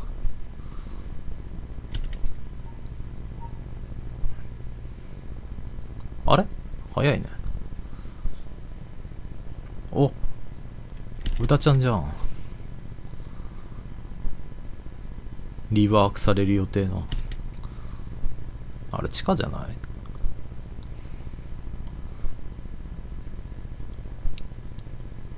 そうでもない。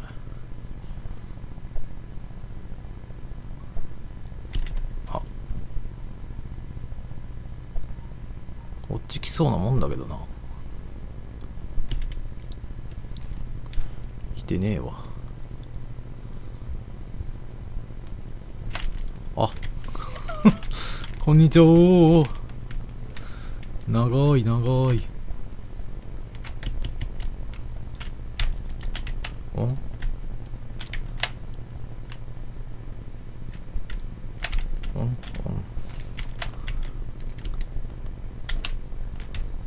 結局それ割らないとあかんぞ。いいよ。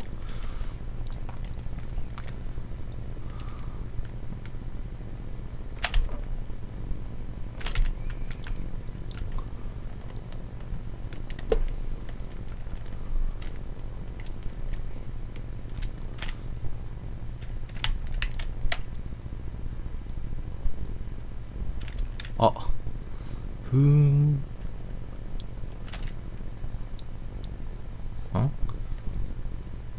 あそこか。かわいい。アマンダ。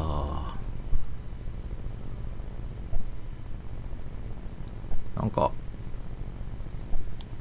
あたふたしてんのくっそ笑うんだけど。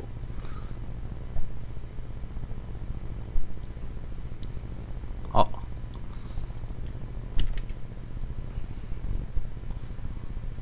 こうしてまた一人つけられたんやなって。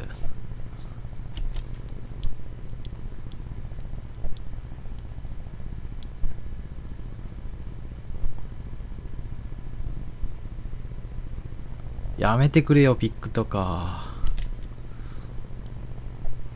猫強いな。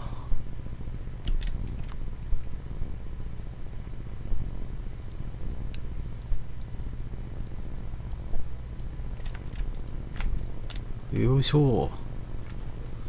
あ、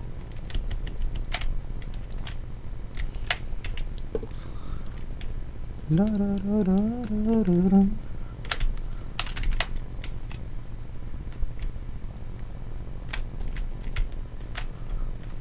あ、たちゃんは右折した。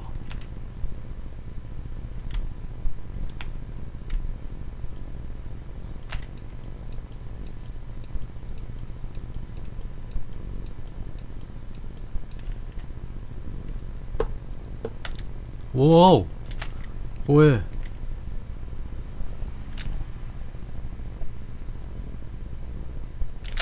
うわ、怖え怖え怖え。やめてくださいよ。怖いじゃないですか。ただここで粘んのもな。ここ板あったっけ？ねえな。いい加減っていう感じはあるよね。あ、すっげえ追ってきてるわ。おお、いいっすね。あ、引っかかった。あ、もうガバガバやんけ。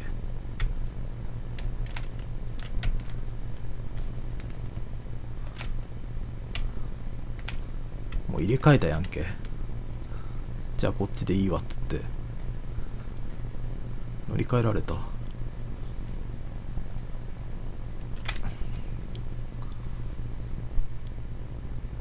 お、降ってきたで雪。あ、落下したぞ。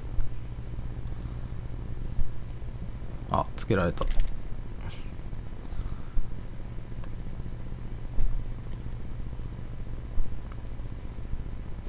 あ、やっべ。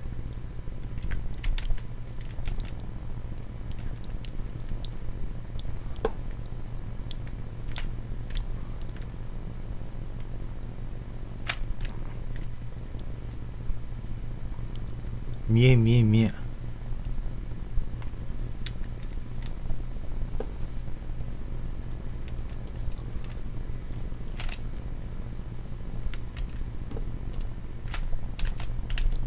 あっち行けやおら。あっち行けやおら。おおおおあ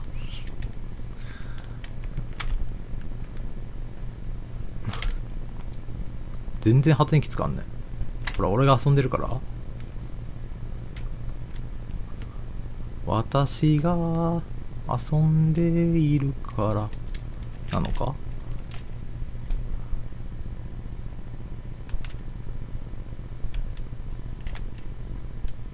しゃんでんだよな。あ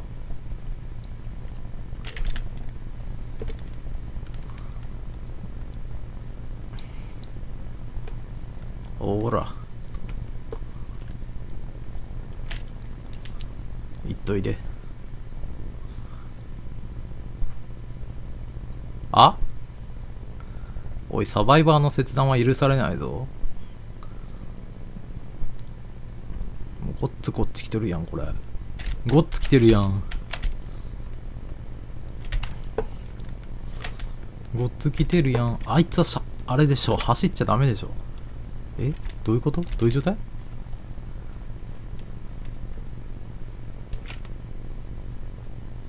あれはあれか、ケア持ってんのか。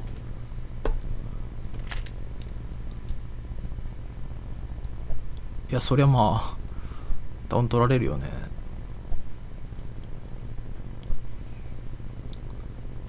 あ、チャンスだー。うおー、うお、あああ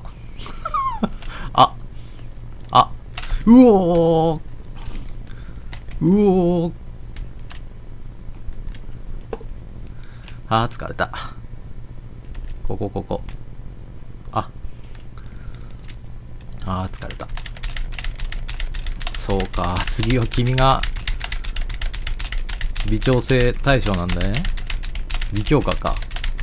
そうか、残念だな。お、偉い。ヘバ失いなんて思いっきり切りつけてもいいんだけどな。その仕込みナイフっていうか、あれかっこいいよね。かわいい。見ろよあれ、コソコソしてる感じ。だが私はここで4%を引き抜く。じゃあ私はそういうことで。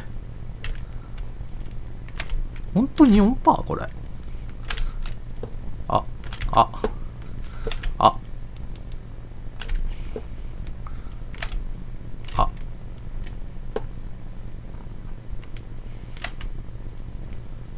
お、何あれ、かわいい。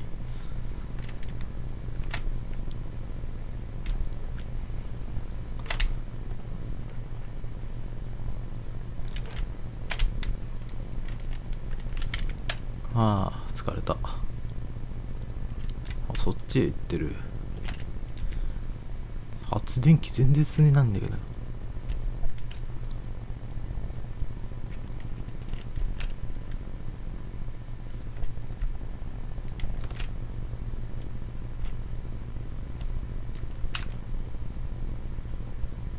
あ、いやーよいしょ。うおー、ヒュー、ボテ。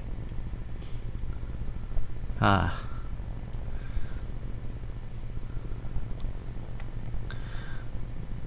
あ、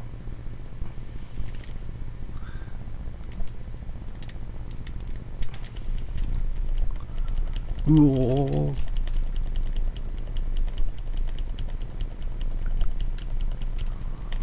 あ、遠いな。この盲学ポイントをもらっていくか。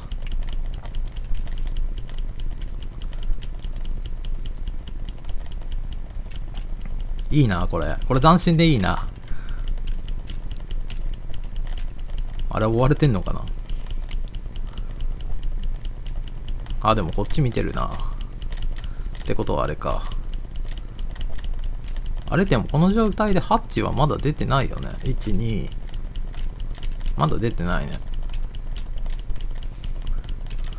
いいぞ。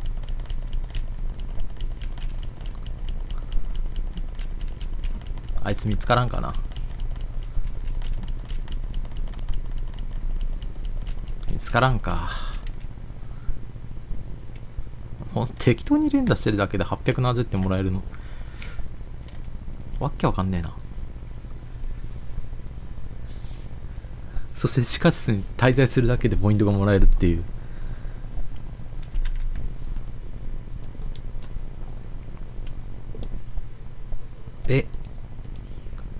ちょっと板捨てすぎたか。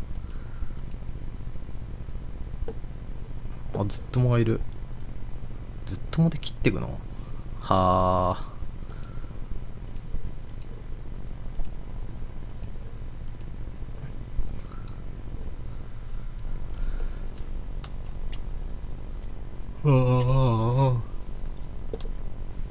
いいねこれ。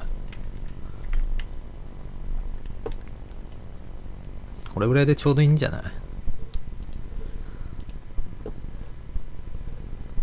無音だとこの辺欲しいね。やっぱこれがベストか。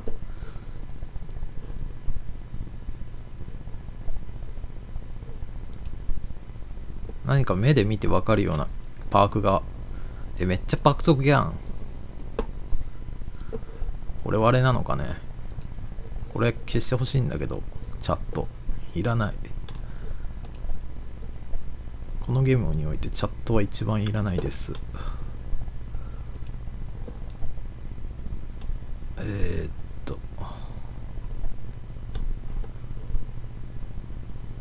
OK かな。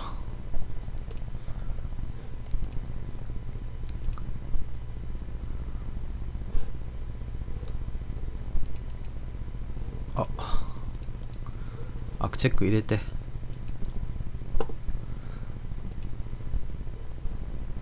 見てわかるパーク。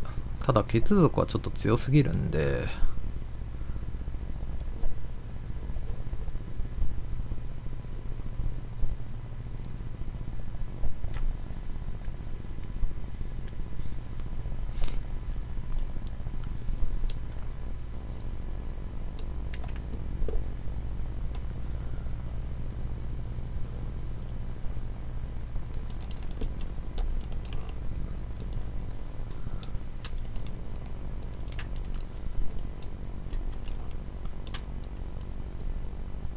リワークなしでも、まあでもそうか。トラバサミ逆トラワンプテンプか。ビッグでギリギリだと思うけどな。正直うまいこと逆トラが働いて。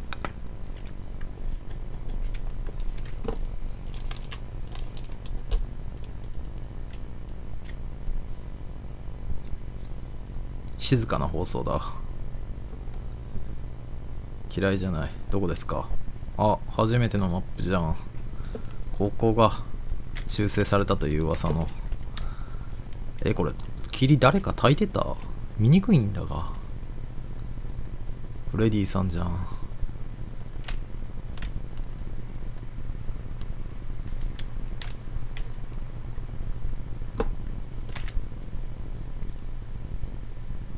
ここひどいな。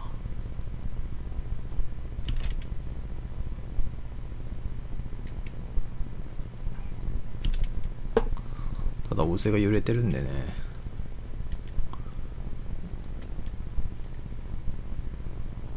見られてる。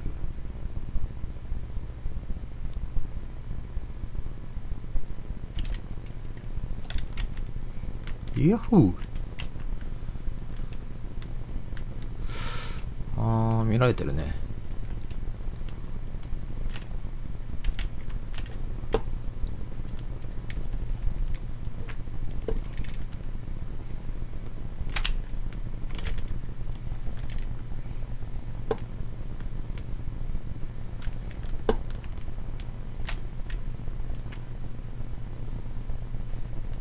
あ、やば。痛い。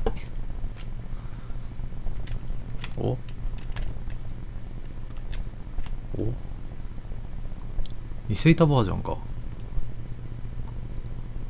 ハロー。昔のが好きだったな。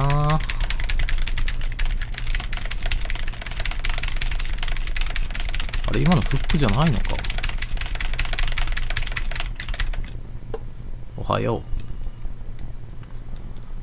う。あ、こんなとこにも発電機が。あ、なんかロッカーから飛び出してきたけど。なんか寝こってるけど大丈夫？くっそ寝こってるけど。いやいや。いやいや。何してんのあれ。あれ何してんだろう。ああ。ワープしてきた。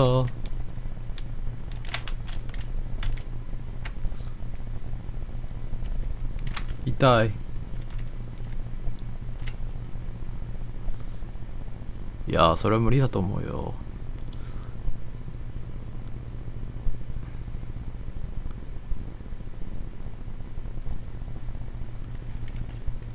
まだだな。早い、それは。それは早いわ。なんかすごいあれだな。仲間意識が高いな。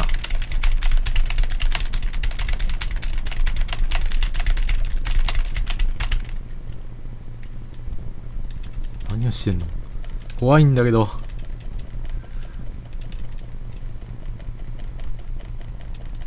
いや、それは。それはちょっと。同じデビキンの声だからわからんとかいう、そういう。いや、それはちょっと。いや、聞こえないのがあれだけど。それはちょっと。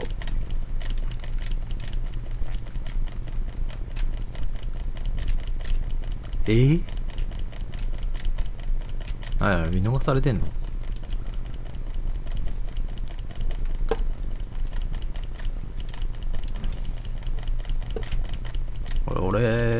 私これ開く必要ある？あ、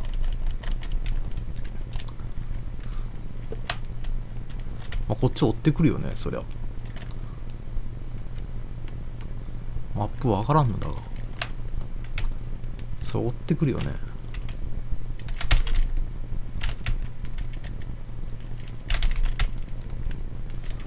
ありがとう、ありがとう、日課部。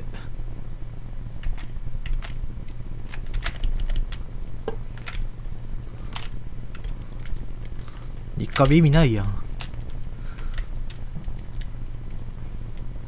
発電機を触れって切れてそう、誰かが。突破があると面白いんだけどね。おう。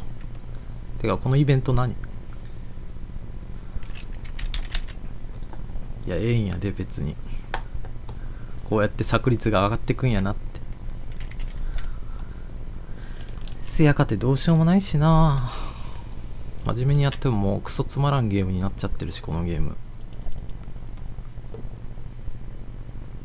何？このやつがいただと、なんか素早く静かに、だっけ？だよね。あ、まあいいや。乗ってる人がいるやん。縛っとんのか？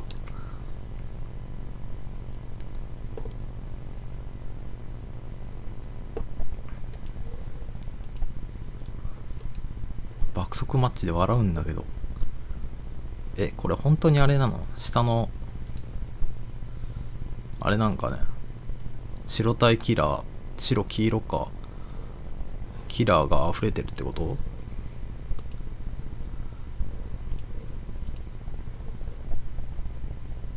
オファリングとかどんどんあれだよ、いらんから。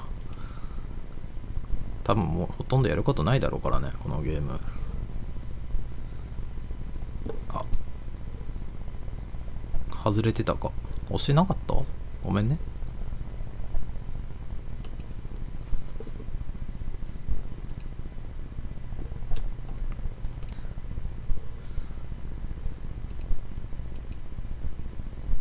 そりゃ弱者から削るのは当たり前だよな。なんか邪魔されたら自殺とか書いてるやついるんだけど、命かけてんのか、ここのゲームに。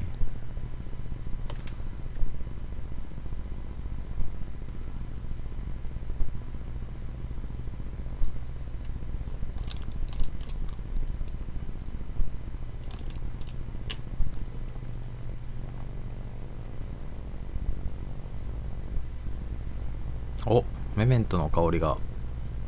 あ、違うわ。もう見れちゃうのかよ。面白くないな。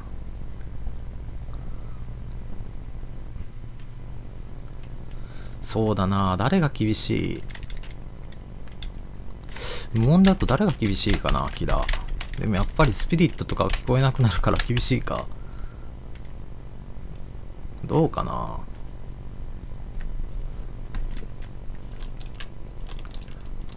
結局あれじゃないか、 PTB もういらないんじゃないかな、このゲーム。もう即あれじゃない、実装でいいんじゃない。誰の声も聞いてないじゃん。クリークだ。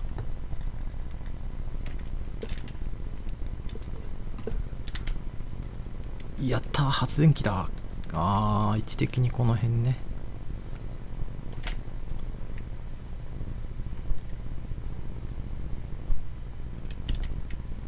いいグレート。聞こえんけどな、なんかわちゃってるけど。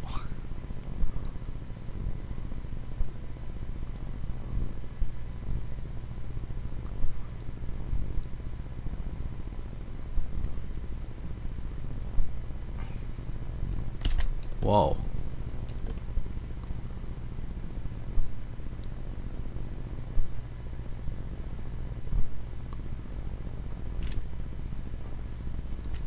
いや、ちょっとっ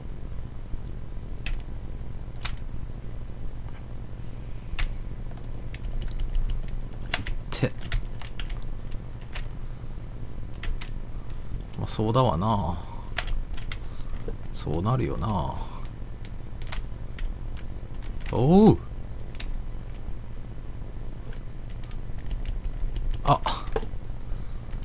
ふーん。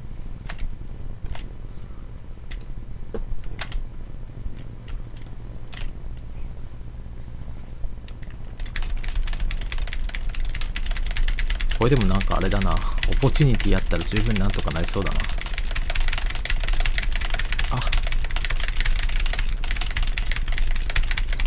このもがくの連打もいるっていう感じがするけど、もがくだけで300ポイントもらえるのも謎だな。お、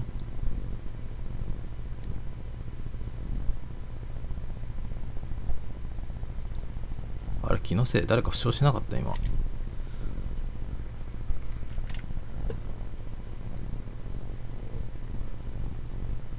あそこでやってんのね。Thank you。 ありがとう。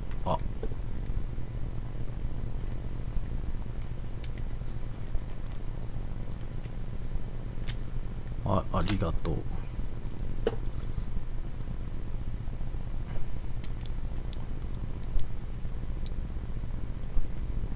Thank you。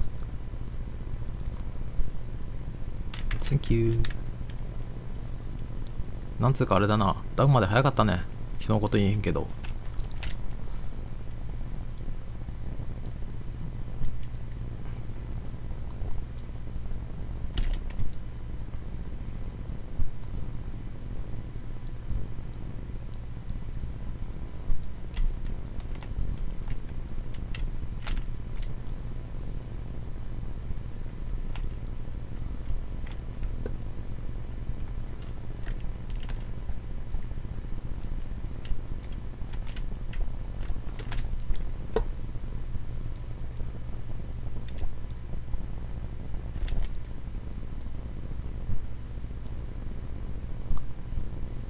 すっげえなんかあれだ、ちょうどいい勝負してる感じがするわ。ちょっと4時難しいよ。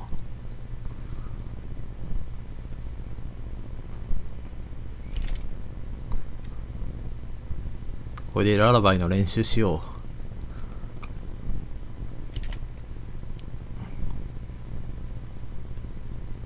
う。警戒便利。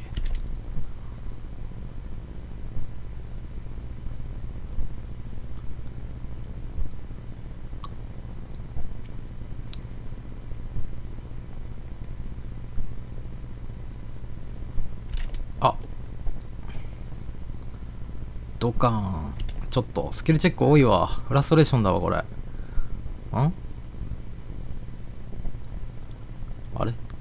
そっち？あ、穴かかりビートがいるわ。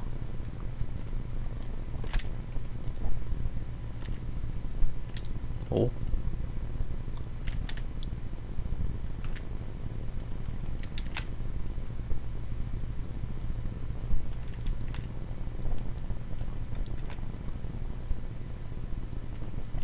いやもうダメだな。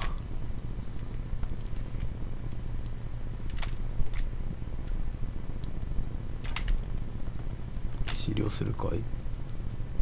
あ、ごめんごめんごめん。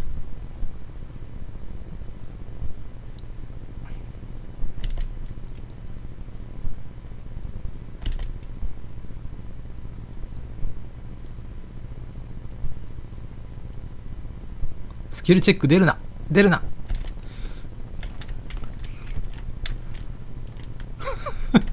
Sorry。あれ？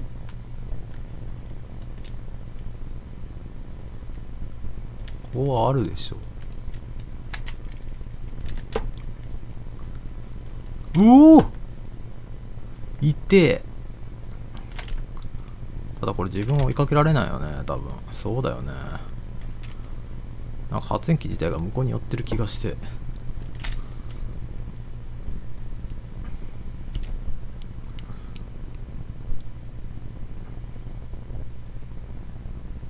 血まみれ積んできてんのか？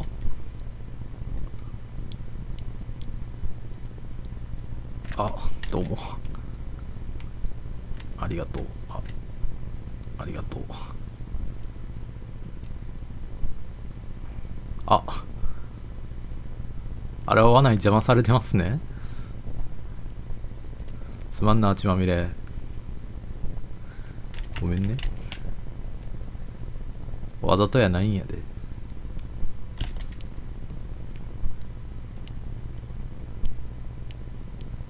なんかそこでセルフケアしてるんだけど、なんで？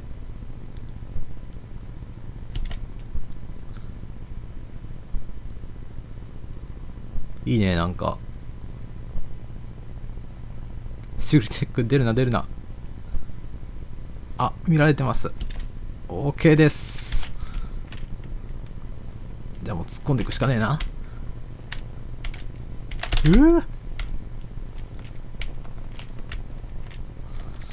まあここは私に任せてくださいよ。10秒戻そう。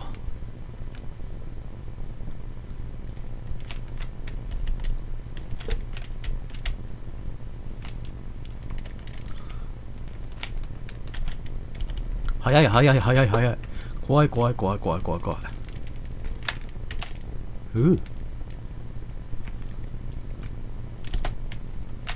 遅いな。失敗してんじゃねえよバーカ。見てる、来てる、来てますよ。いたないの？いたないんだけど。いやーべちゃ。あ、降ってきた。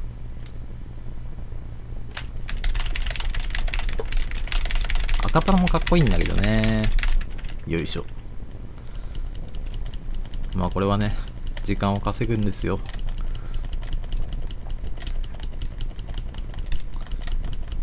珍しいね、あれ。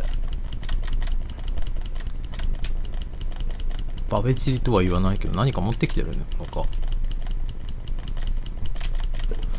トラッパー。発電機こっちにないの？こっちもついちゃってんのかね、これ。ありがとう。あ、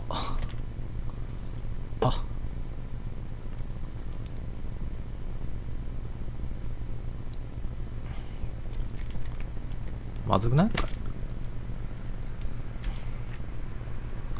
まずいです、それは。築地のおじさん、それは。それちょっと、それは。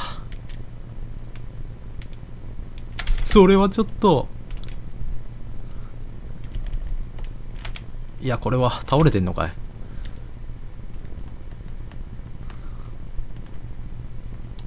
見て見て、これロール。うわー。よっこいせ。ドーン。これイベントとはってなってんだけど、なんかよくわからない花火が舞ってるだけ？もしかして。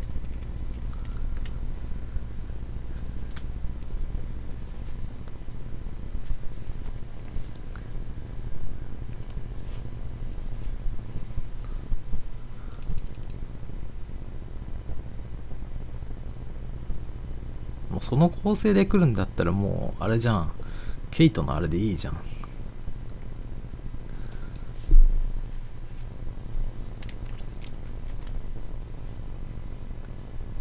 ケイトの固有パークでよくない？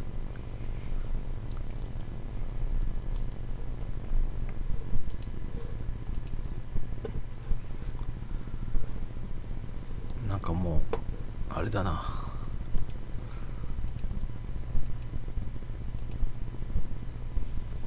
本当に爆速なんだけど、これはキラーのランク見るの忘れてたな。黄色帯だったのかな。なんかもうパーティーっぽいし。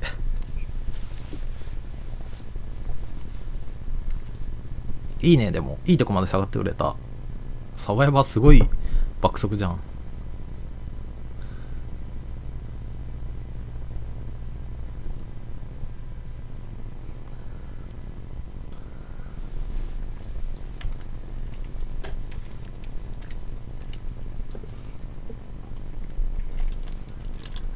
下の方は爆速ってことは下にいるキラーがいるってことなのか。白とか黄、でも白は見てないよね。黄色ロトンフィールドコードってかファーム好きだね。ファーム好きだねほんと。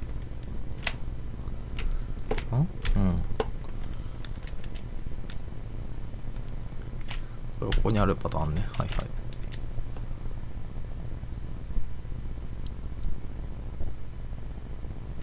あ、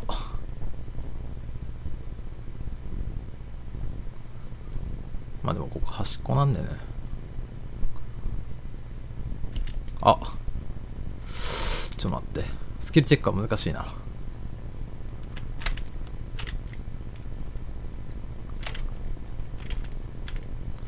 スキルチェックがめちゃくちゃ難しいじゃんこのゲーム。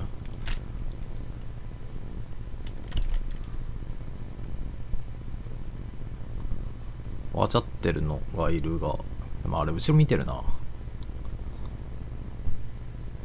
チェイスナウスか。お兄さんチェイスナウスか。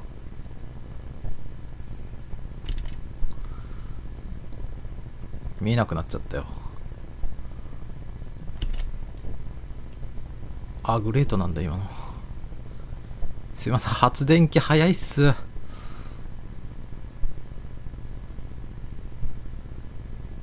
クソ早いやんこれ。もう1台ついてるんだけど。キラーは誰なのだよ。あ、血族ないな。楽しみだ。誰だろうな。でも2回殴ってたから。あ、一瞬猫が反応したけどそっちに反応してるのか。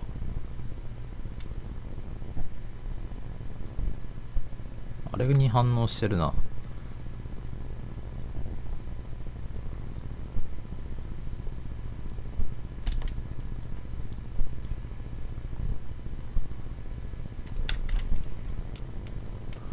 あれでも助け行ったよな。キラーはどなたですの。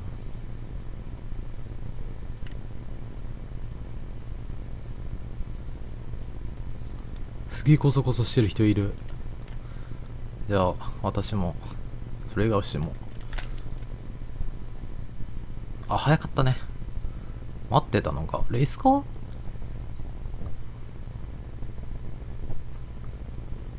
逆トラつけられてないからピックではないと思うんだよね。あ、ビリーやん。あれ来れるかい。おー、彫刻かっこいい。いやそれはちょっとやめた方が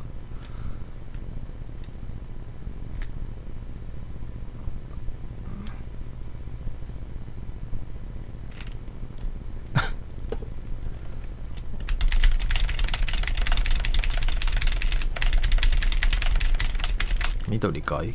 緑と黄色合わせ持ちかい？あ、でもそうな、緑1枚だけか今の。微妙なとこだな。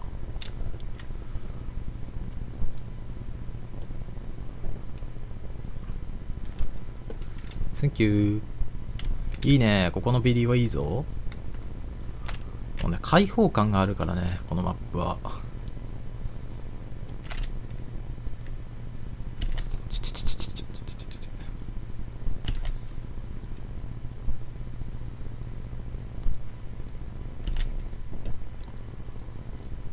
スキルチェック難しいわ。ありがとう。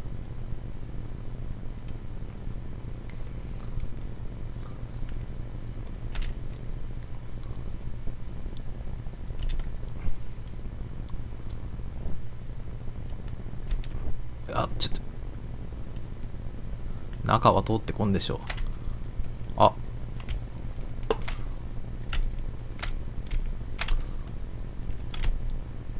素晴らしい。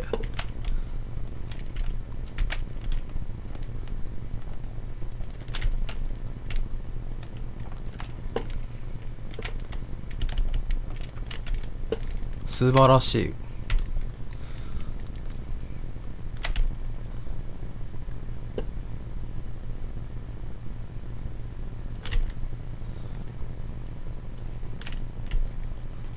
こっちには来ないだろうね。あれは結構使い込んでんぜ。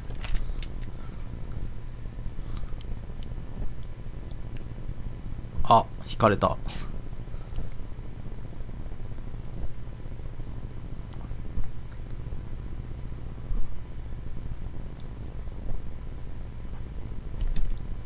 ギリッギリなんだけど。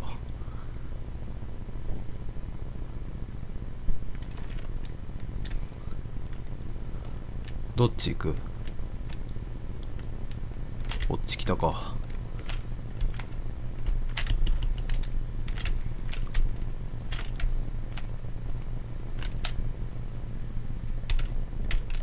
素晴らしい。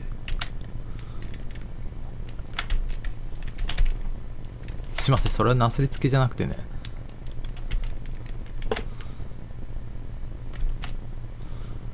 すまんな。君はそこでちょっと治療してるのはね、君はちょっとそれは来てる？来てない。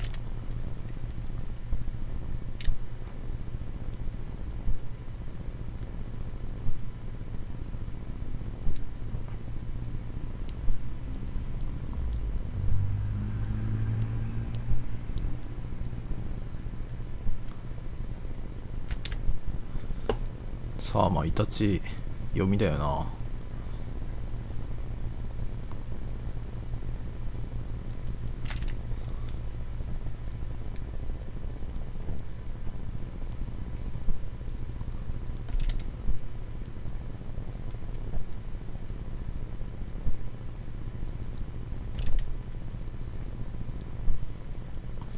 間に合わんな。素晴らしい。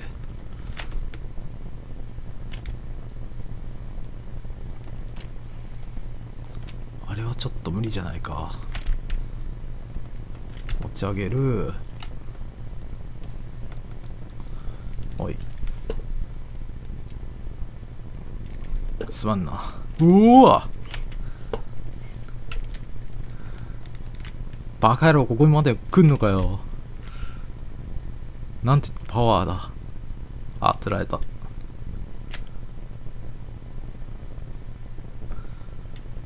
あ、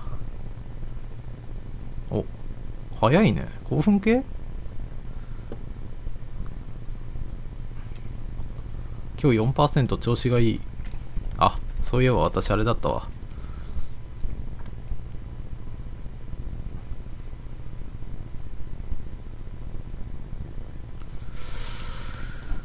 2枚積みではなさそうな速度だったけどな。1枚は積んでる気がしたな、あの速度。なんか2枚積みってもっと速かった気がするんだけど。2連彫刻だよね。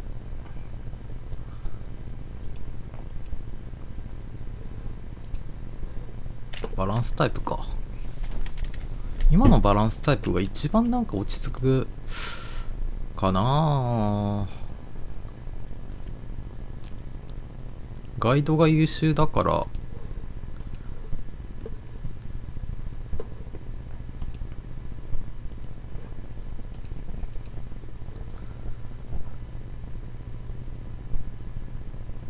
本当にマッチ早い気がするんだけど、もうこれマッチングしてるでしょ。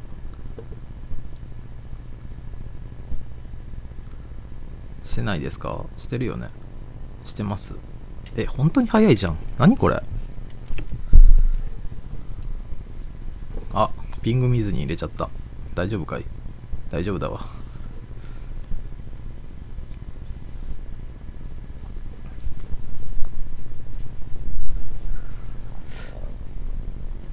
無音にすることによってね、ビリーのチェーンソーの音に怯えることがないというポジティブな意見をね、いただいているので、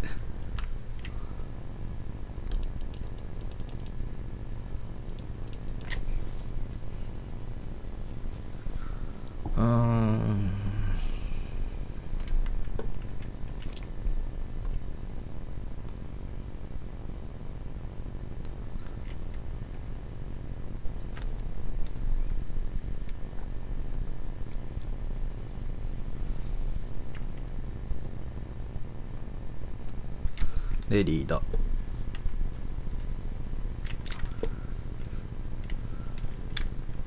まあマップはさっきので大体覚えたので、問題は発電機の位置とかだよね。全然わからん。この板って絶対に割らないといけない板じゃんこれ。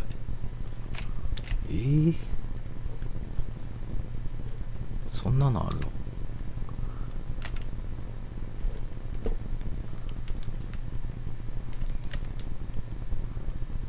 キラー様は誰ですかねこれ。あ、誰が切られてる。あ、見るチャンスだった今。鬼かな。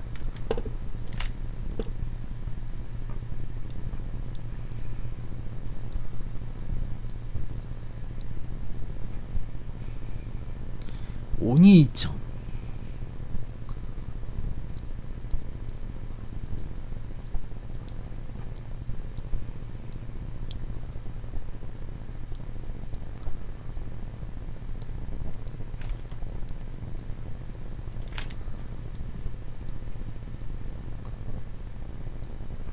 スキルチェック来るな。来ちゃった。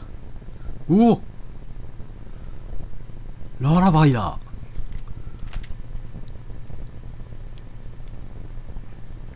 あれ、お兄ちゃんじゃなかったのか。そしたら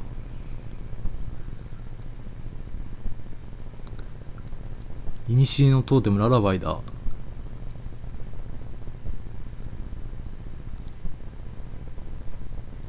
多分その辺でチェイスしてんだな。あの辺で。あ、映った。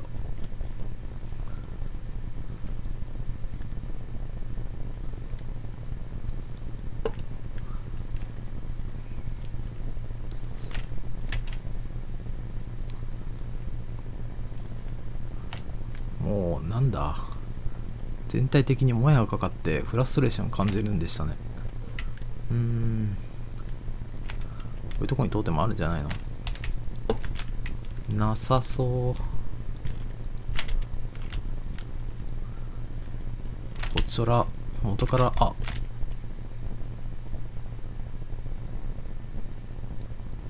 ただ見られてはない。そしてトーテムにはスキルチェックがない。これ霊障だったら笑うわ。違ったわ、惜しい。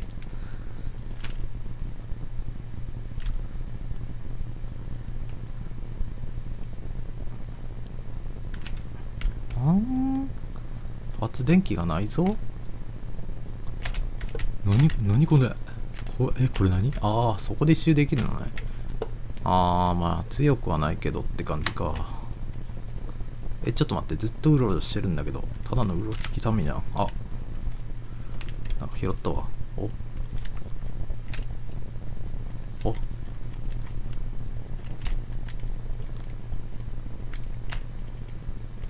うおー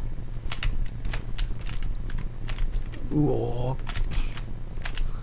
ーうおーあ怒らせたわ怒らせたわ。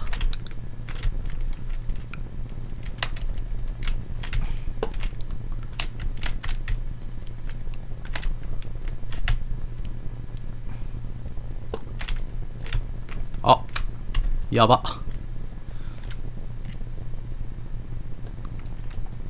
すまんな。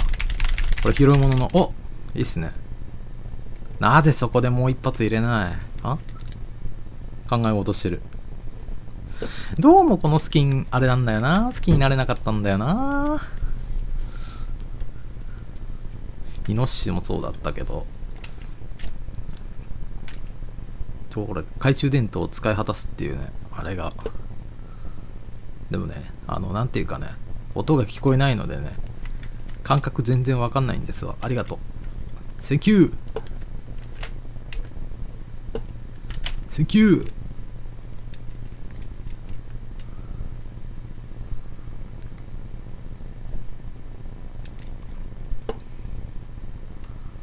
いやー、助かるわ。どうも。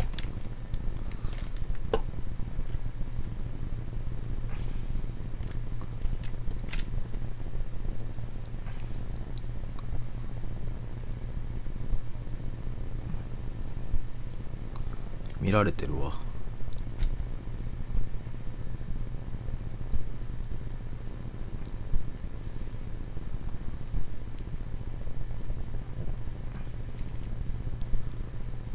警戒強いね。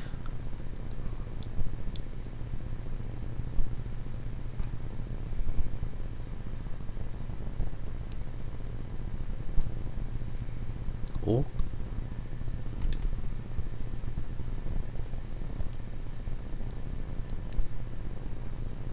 こっちを見てない。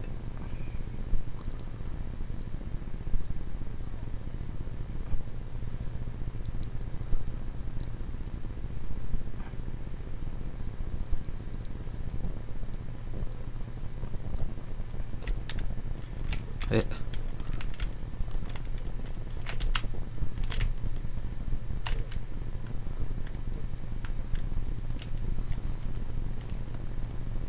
大丈夫か？あ、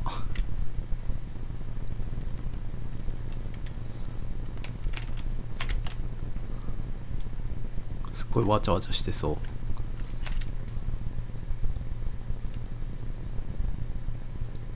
オーバーチャージなし。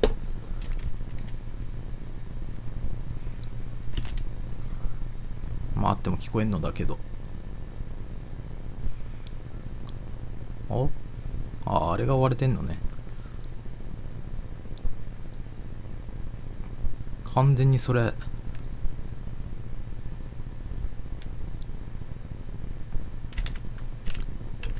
そっちから来てるでしょ。あれ？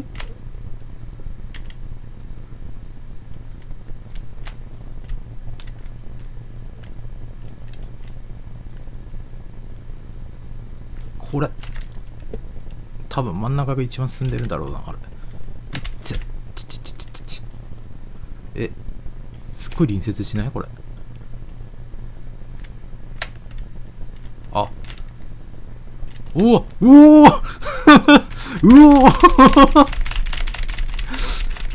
掴まれた。もうこれはキャンプするしかないよね。わかるわかる。マジ猫全然見てなかったわ。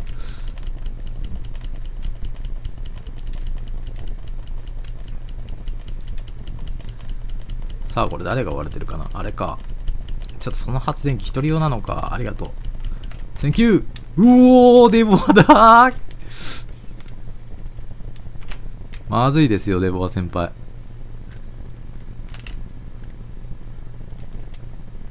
このわちゃわちゃ感。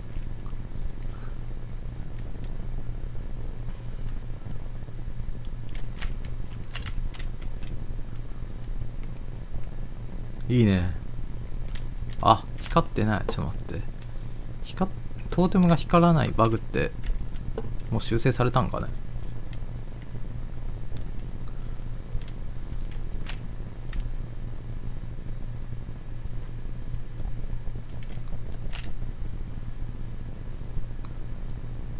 音もなくもう見た目頼りで行くしかないよな、こんなん。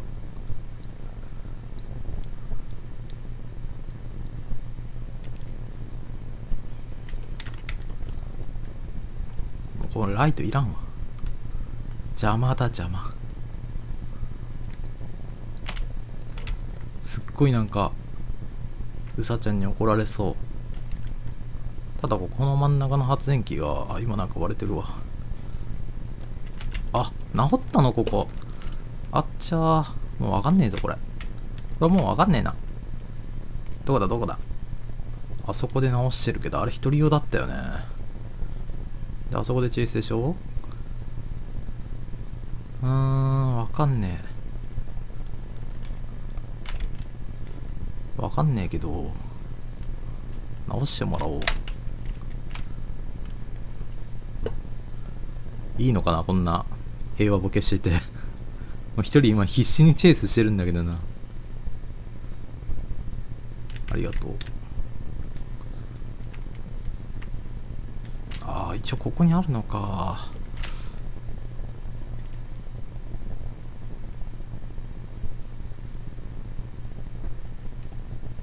ただこれ絶対一人用の方が早くつくんだけど。はい。あいつはあっち行った。あっちを開けてあげたい。が、あれちょっと厳しそうだね。ん？ちょっと待って。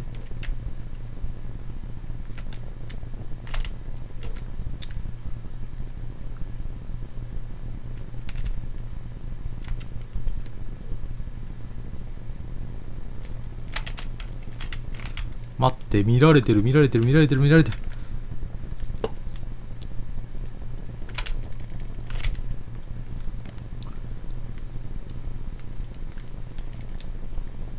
お客様の中に出口はあれか。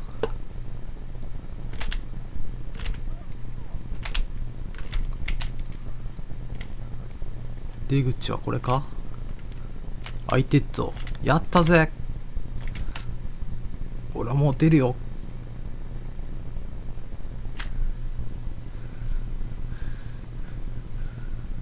いや、ハントレスここきつい気がするんだよね。窓枠多しといえど通りが悪いからな。おのの。なんか歯車いるわ。そりゃえぐいわ。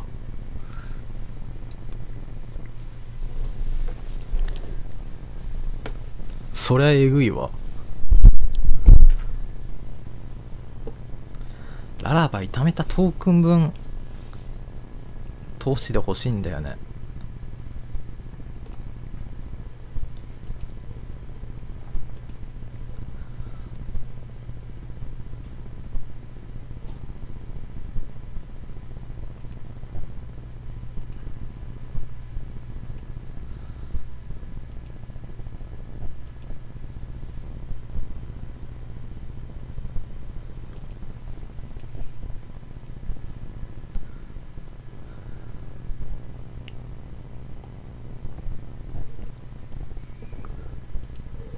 あ、ちょっと待ってね。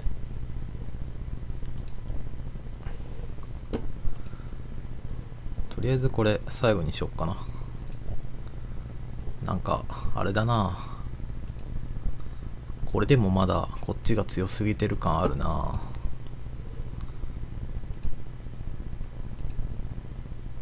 ある意味でもまあ紫混ざるけど赤は混ざってこないのか。なるほどね。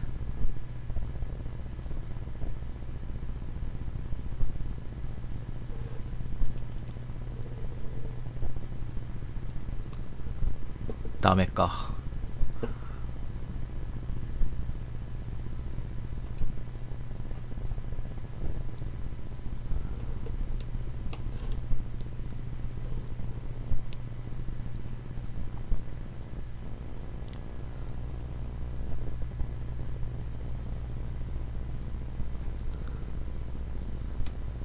資料カテゴリ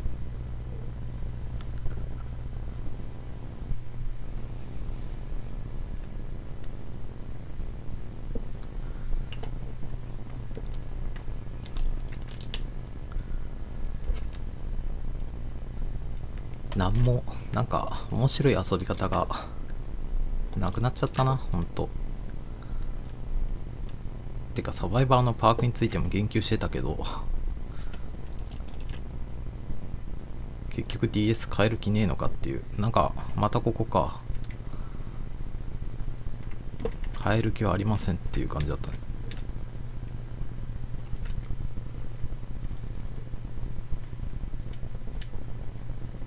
うおー、ドクターだ。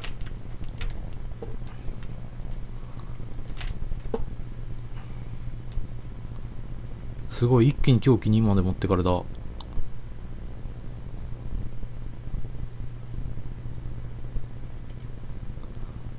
見やすい位置がいいな、スキルチェック。あ、破滅がある。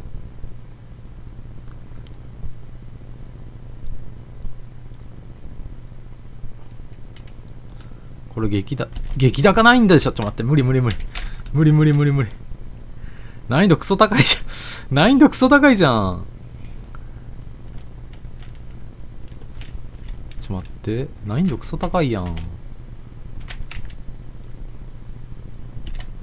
無理やてこれ。えぐいわー。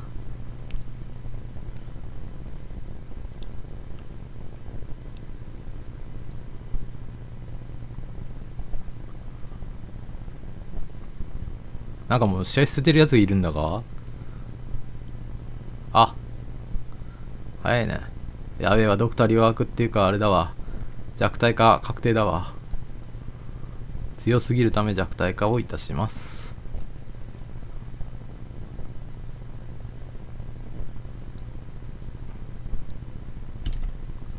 OK。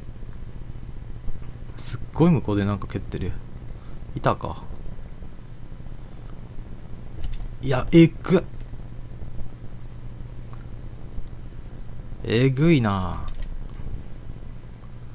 クソむずやんけ。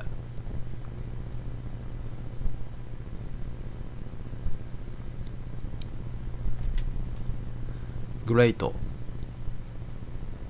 開幕から2に上げられるのか。ブラストのあれを、そういうアドオンがあんのかね。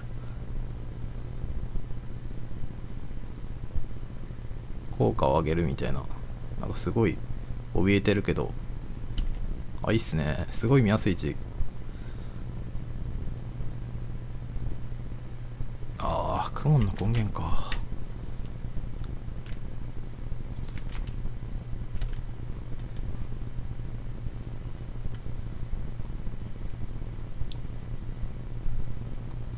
そんなところにあれなのね。あれ、そこじゃないのか。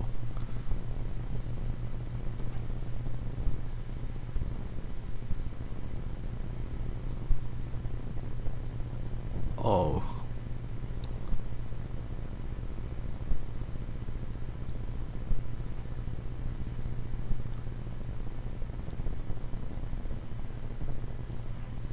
真ん中かな。地下か。いや、えぐ。え、ちょっとそれはまずいですよ、ドクターさん。ヒーコラ。お、浮いてるよ。相変わらずだな。よっこいしょ。ちょ。何それ。あ、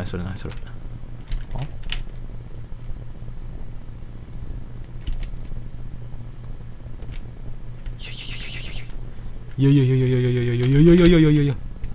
無理でしょ。無理だって。お怒りじゃん。音聞こえないけどお怒りじゃん。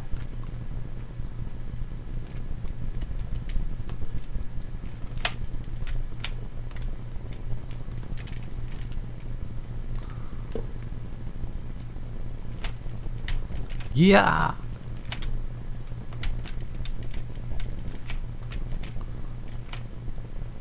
ー、あれ助けてないのか。助けてる。なんか右にあれだな、いっぱいついて面白いなこれ。いやー、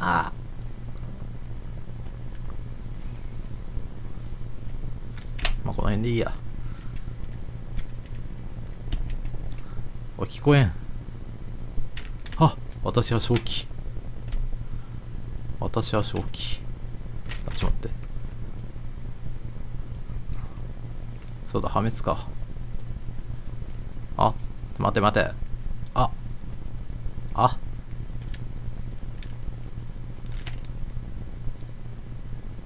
どうしよっか。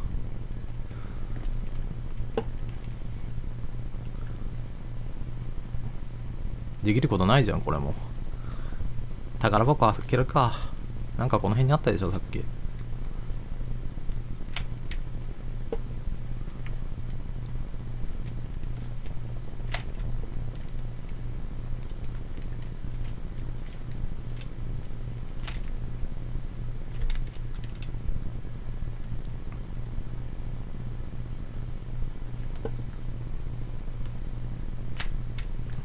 ずさんか。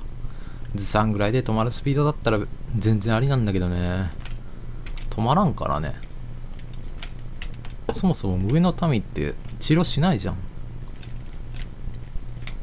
ちょっと待って、本当に発電機ないんだけど。どこにあんのこれ。端っこあった。あ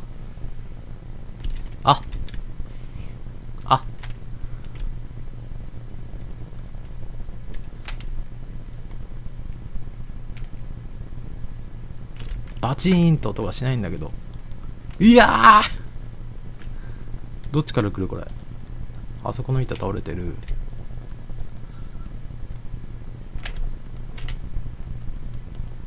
そこに伊勢いた。それいた。いやー、なんかチラチラ見られてる気がするな。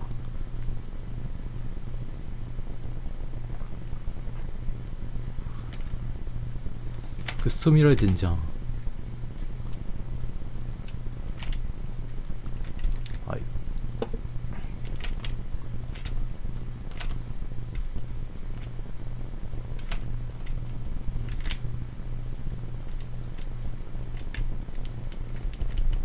すまんな。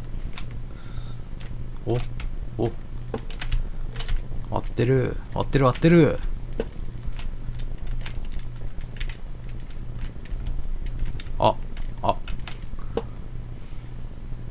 もうあとはドクターの接待するだけだぜ。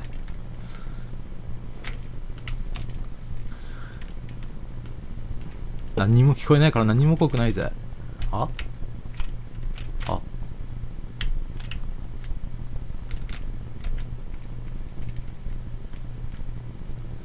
なんか今すれ違ったな。すれ違いの民したわ。それ取って偽糸でしょ。違うの。すっごい見られてる。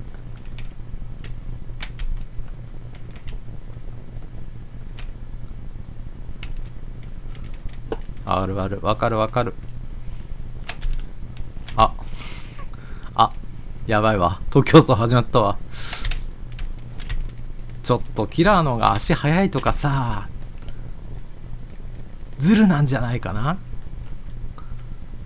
すいません、セルフケアもうちょっと時間かかりそうですかね。治った。ここはでも、そうかそうか。じゃあここだな。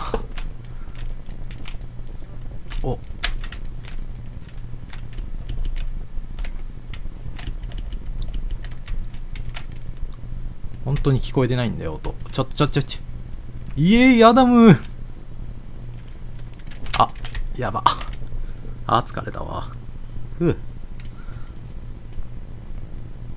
あそこにアダムがいます。That is アダム。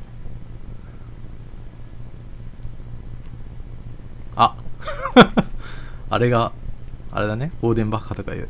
どうもいやーきついわー。ギャー草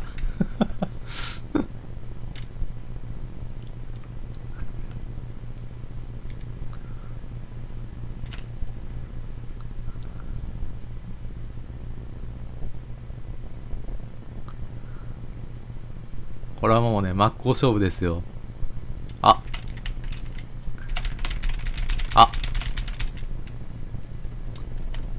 気づかんもんやね。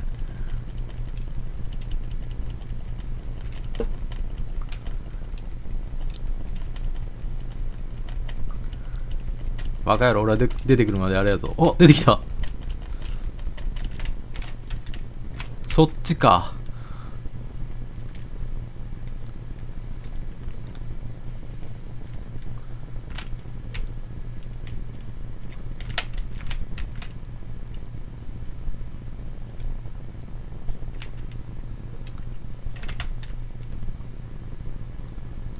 いや、これはもうね、無理だと思う。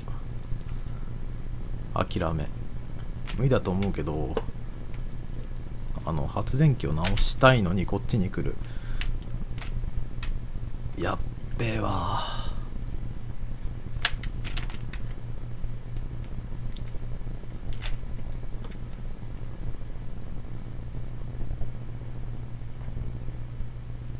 こっからもう救急キット拾うしかないな。正義の鉄槌。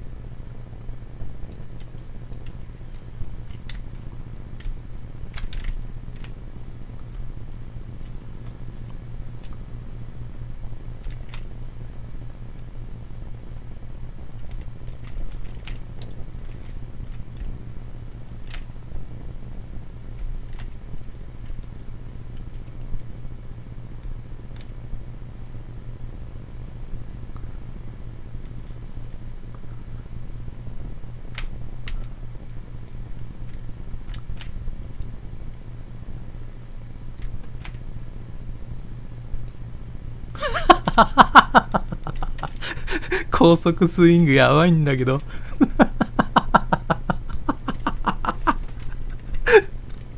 今のドクターいいスイングだな。ブンいいスイングだ。面白。一番あれだからね、キラーが割り食ってんだからね、これ。いいよいいよ、もう釣れ。早く釣るんだ。ダメだぞ。キラーをやるときはな、ヤサオニとかそういうことしちゃダメなんだぞ。許されんからな、そんなの。いや、ようやるわ、本当に。全然新 BGM 聞こえないけど。笑うわ。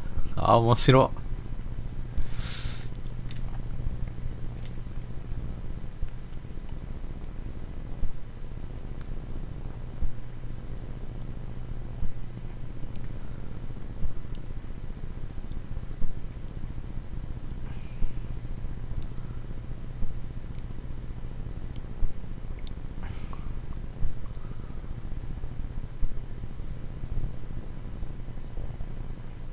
何をしてんのあれ。ルインか。もしかして。ルインだわ。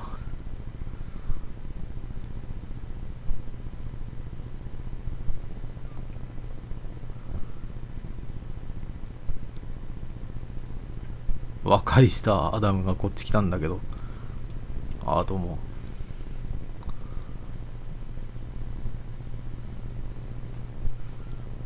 ズさんもね。でもどうなんだろ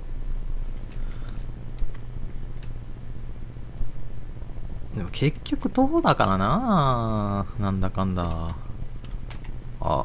いいの。スキルチェック出るな。いや、怖え。マジで怖え。難しい。本当に難しいよ。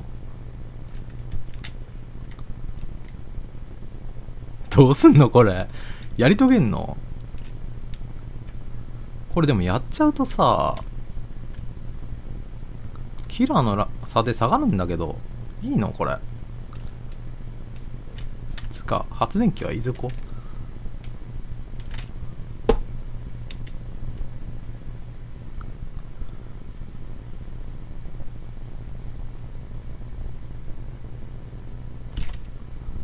やほんと難しいな。でも疑似ラーバイできるってのはいいんじゃないか。いやーギリッギリ。本当に勘弁してほしいわ。出ないな。うわー、いやー7時とかだったらいいんだけど4時とかはもう絶望だよ本当に。いいのこれ。お医者さんお医者様はどこ行ったの。全然気配がないから全然わかんないや。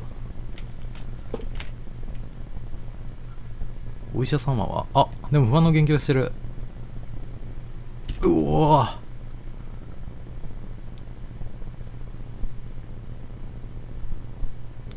うおー、難易度をさらに上げていく。いやー怖え。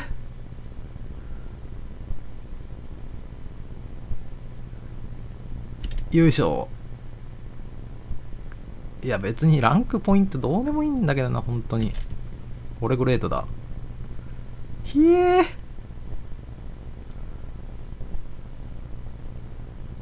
ー、うわ難しい。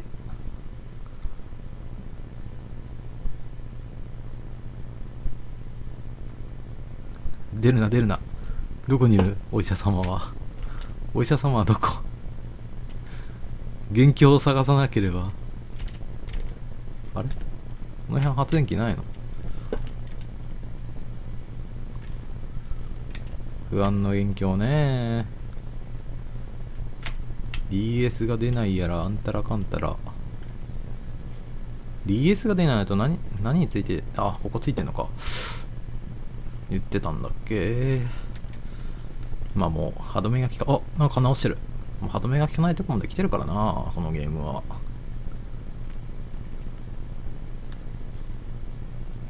うおー、こんなところにハロ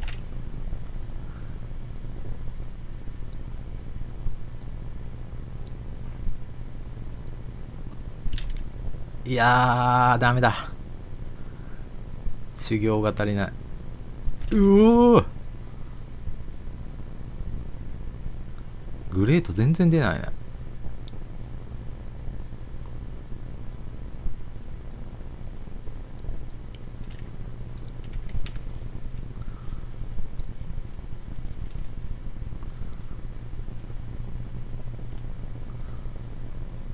基本でもずっと2が続く状態なんだよこれ。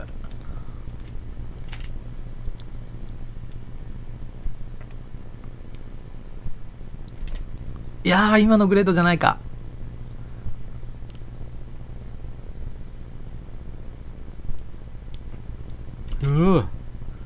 ちょっとよそ見したらもうスキルチェックが出てる。そっちの方がいいのかもしれん。なんかもうぼーっとしてて全体的に何も考えずに集中せずにやってなんか出たわ押そうってやつ。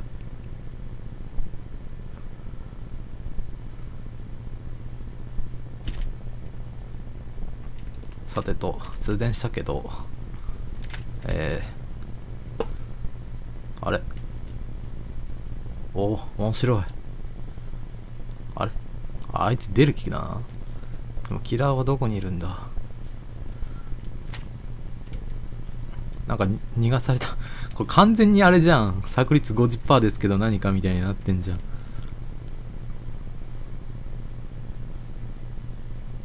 目標カテゴリーは別にいらんからな。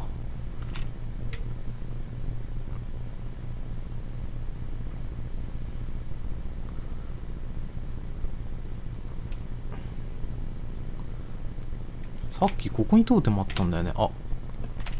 トーテムだ。され。でもなんか大胆カテゴリーもマックスだった気がしたんだよな。どうだったかな。マックスだわ。確かねここぐらいまでだったら光らない。素晴らしい。あ、出てって、普通に出てったよ。いいの？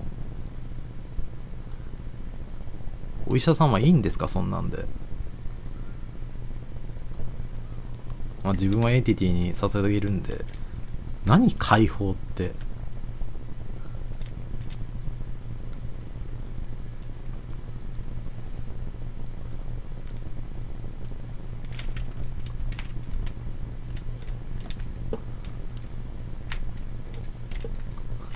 来てくれないかな。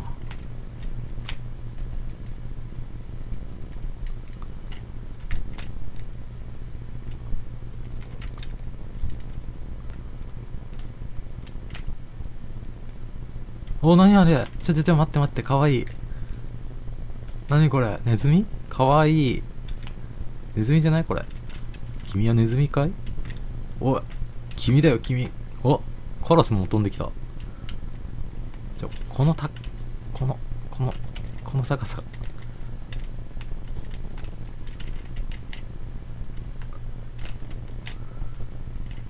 すまんな、ちょっとキラーにとってフラストレーションだろうが、まあ、君に1キル与えるためにな。あ、全く何にもあれがないから。あ、見てるラットがシュー。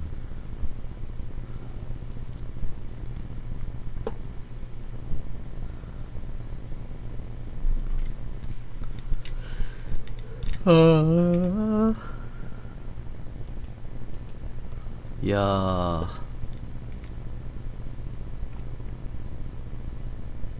いや別にいらないからな。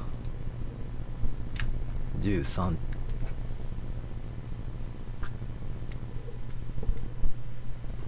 13か。13でこんなんかってことは14とかで入っても普通に当ててくれる感じかな。黄色とか緑とか。じゃあ黄色体がやっぱり多いのか。まあみんなその辺に逃げるよな。楽だし。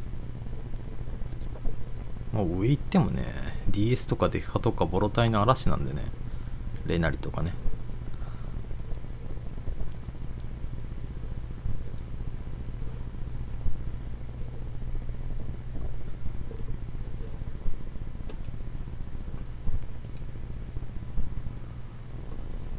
さあ、バグが治ったかどうか見に行こうっと。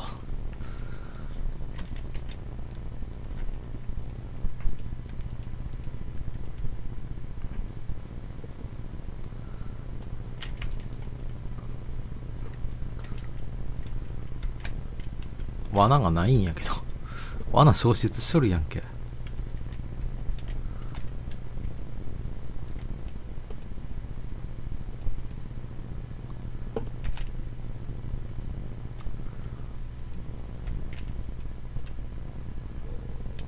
生存者どこ？チラチラ。あ、あるやんけ。こ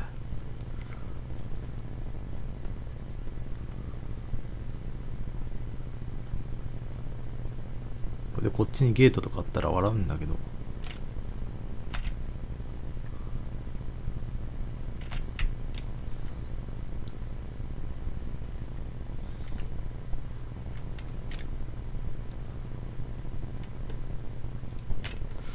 うん。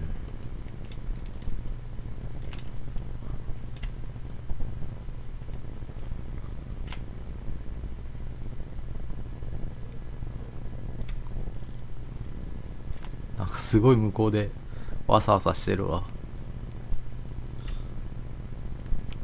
お前ちょっとあれだわ。スクラッチの実験台になれや。ほら、走れや。そもそもさ、こんなにすぐにさ、このあれなんだよね。このスクラッチが出るっていうこと自体がもう、専用サーバーではありえないからね。嘘だ、絶対こっちに散るって。チュートリアルでそっちに散らないようにしてるだけでしょ、これ。絶対こんな綺麗にいかんからな、このゲーム。いや、そうそう、こういうやつ。こういうやつ忍者か。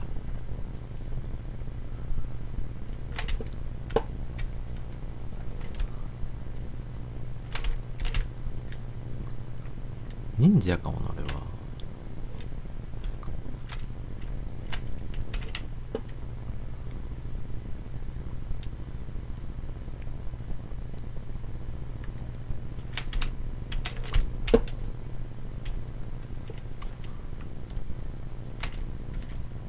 イエス。フックは近い。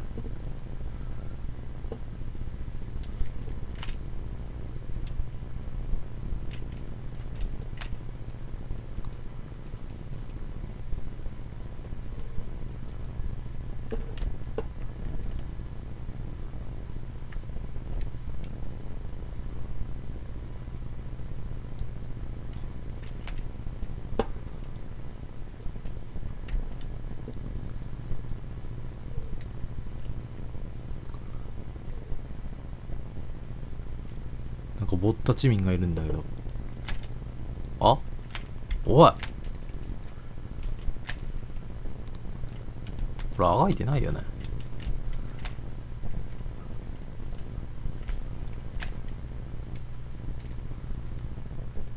お前はロッカーが好きだな。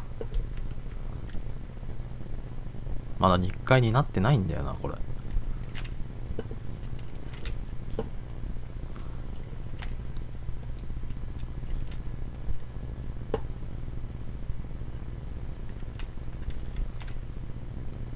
あれって解除するの？あ、してるしてる。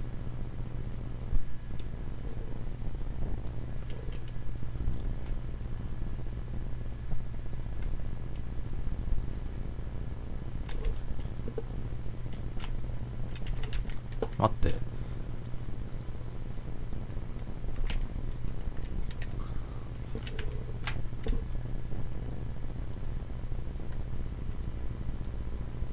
まだ時間あるでしょ。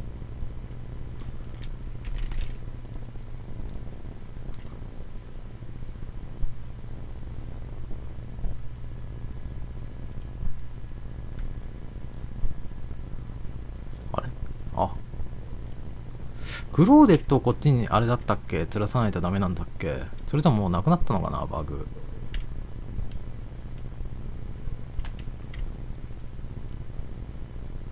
お、どんな気持ちや。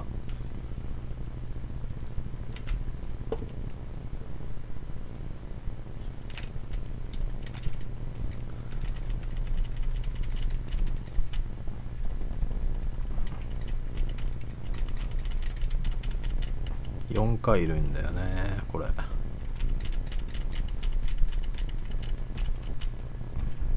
3回でよかった。なんとか言えや。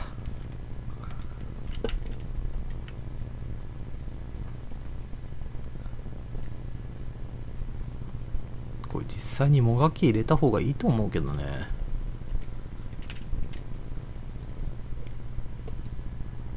そうだね、こういうの能力があるね。そういうのこういうの能力使いこなすと直されるけどね。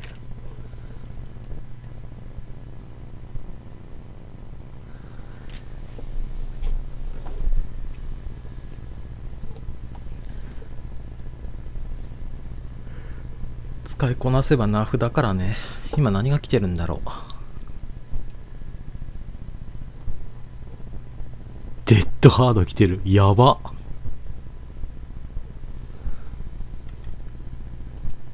怖すぎでしょ、デッハ来てるって。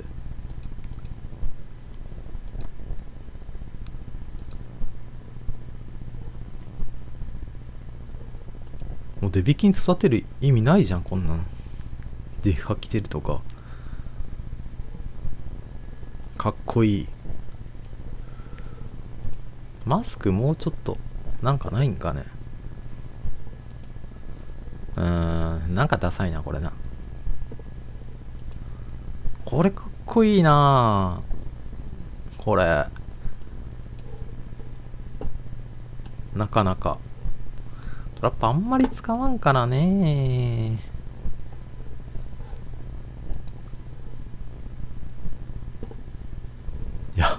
やばいなこれ。なんかもう達観してるじゃん。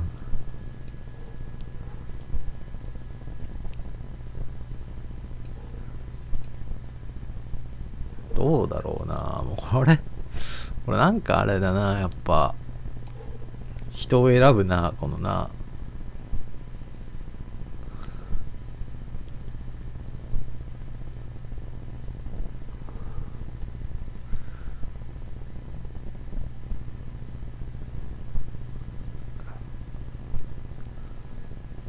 なんか刺さってんのかこれ。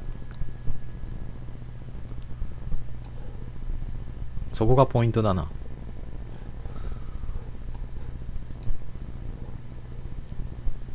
いやもうビリーは赤じゃないと。でもね、なんだろうな。でもなんだろう、かっこいいのないな。何これも何、もうちょっとなんかかっこいいのないの。ナーサちょっとね使わないんでよくわかんないっすわ。でもなんかね、これかぶせるだけで上手くなるイメージあるよね。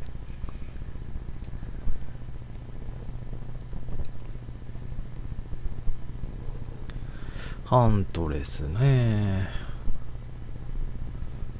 これ確か持ってるんじゃなかったっけ。持ってないんだっけこれ。配布されてなかったっけ。コ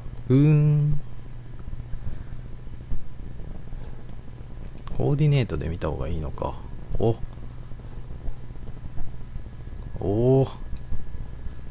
えぐいね。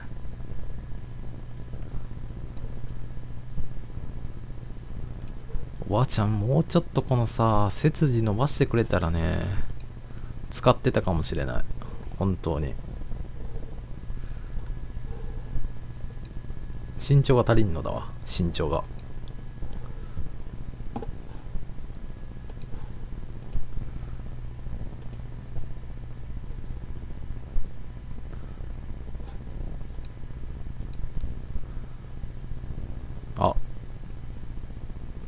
美強化予定の豚ちゃんじゃん。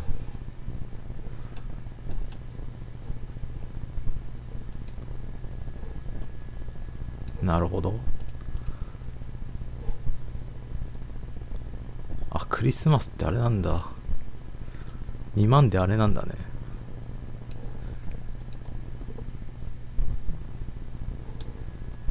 スピリット。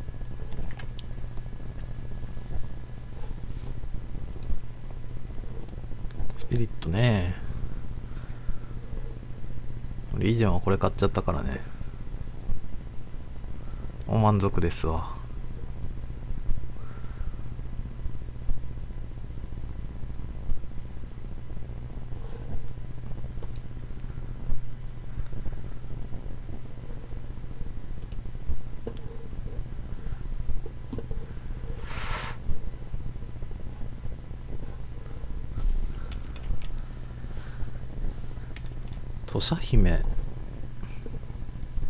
土佐姫あれにした方がいいんじゃないか。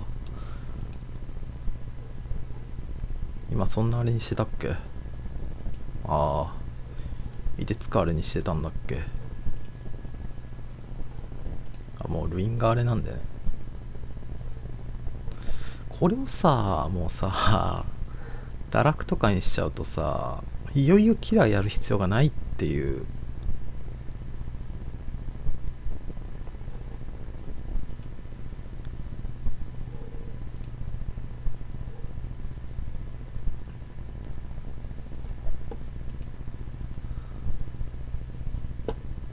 正直お香も大概だけど感染のやつも大概強いんだよね。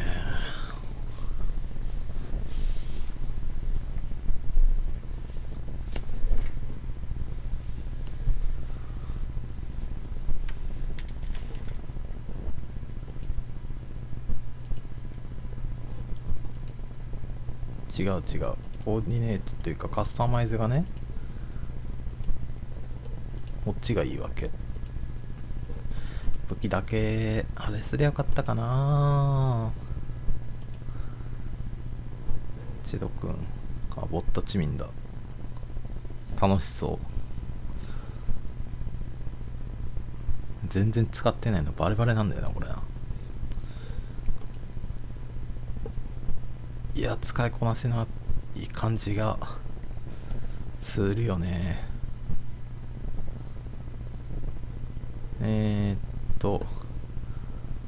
リージョンはこれでもう取り切ってるのかな。これで取り切ってるっぽいね。いやもうこれイタチとか間に合うんかね。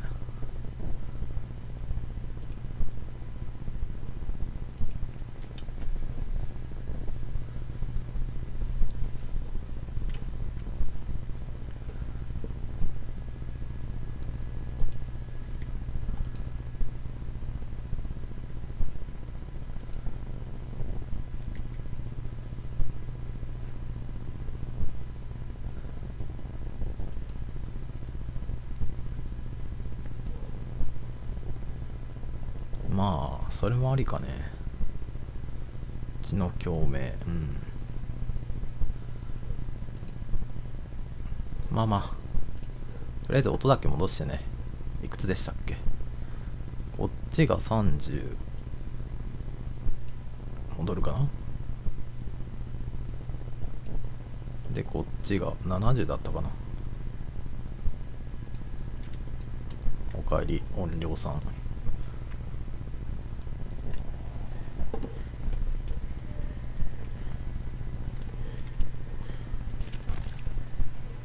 すごくうるさく感じる。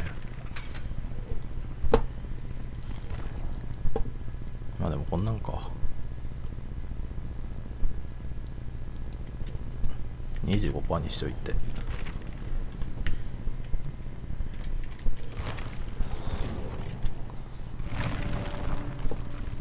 いやー次あれだからな。これ一個ももう欲しくないやつばっかじゃんこれ。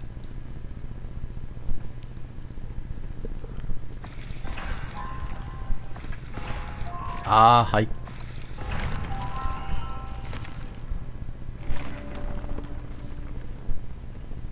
天秤がある。天柱、はいはい。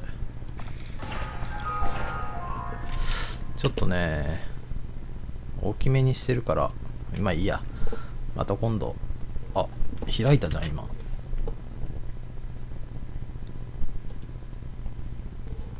配信音量調節しとかないと。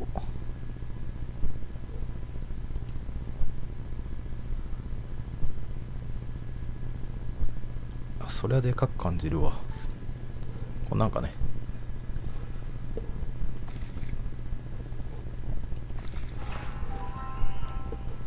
天柱とか欲しいですかい。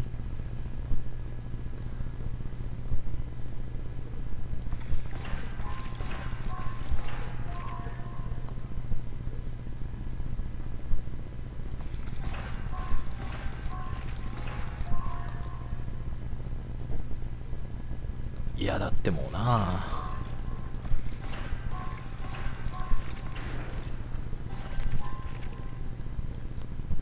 死ぬのが分かってんのにな。使ったところでっていう感じはする。まあ BP が余ってるからね。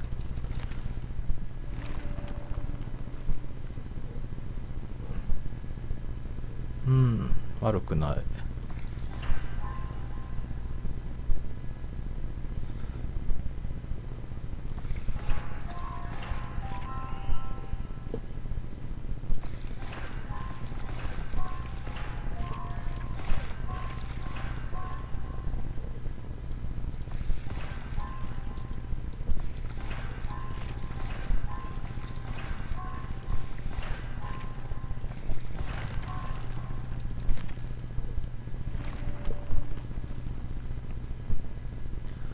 改造タイマー、なるほど。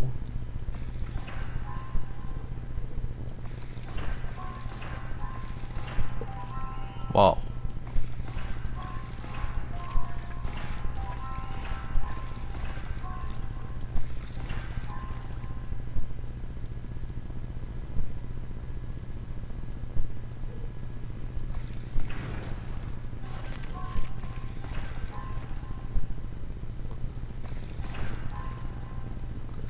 いや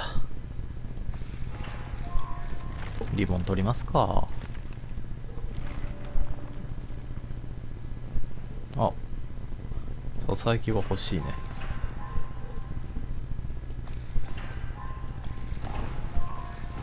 あ、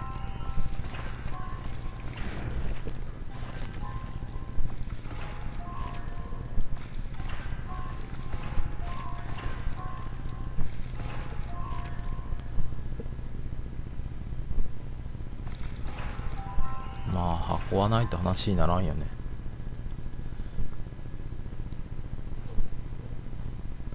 こんなんでいいかな。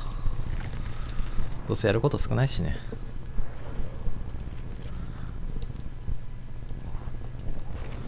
いやー、何するべきなのこれ今って。どうせすぐ着くでしょ。まあまやかしか。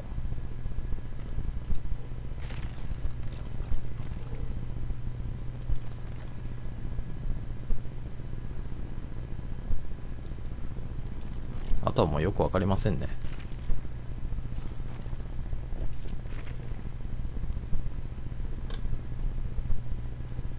最近ビリーリ放置が多かったから昔好きだったフレディを置いとくのもありか。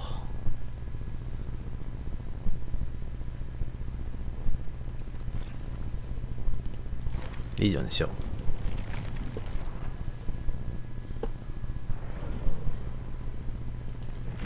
う。よし、オーバーロット。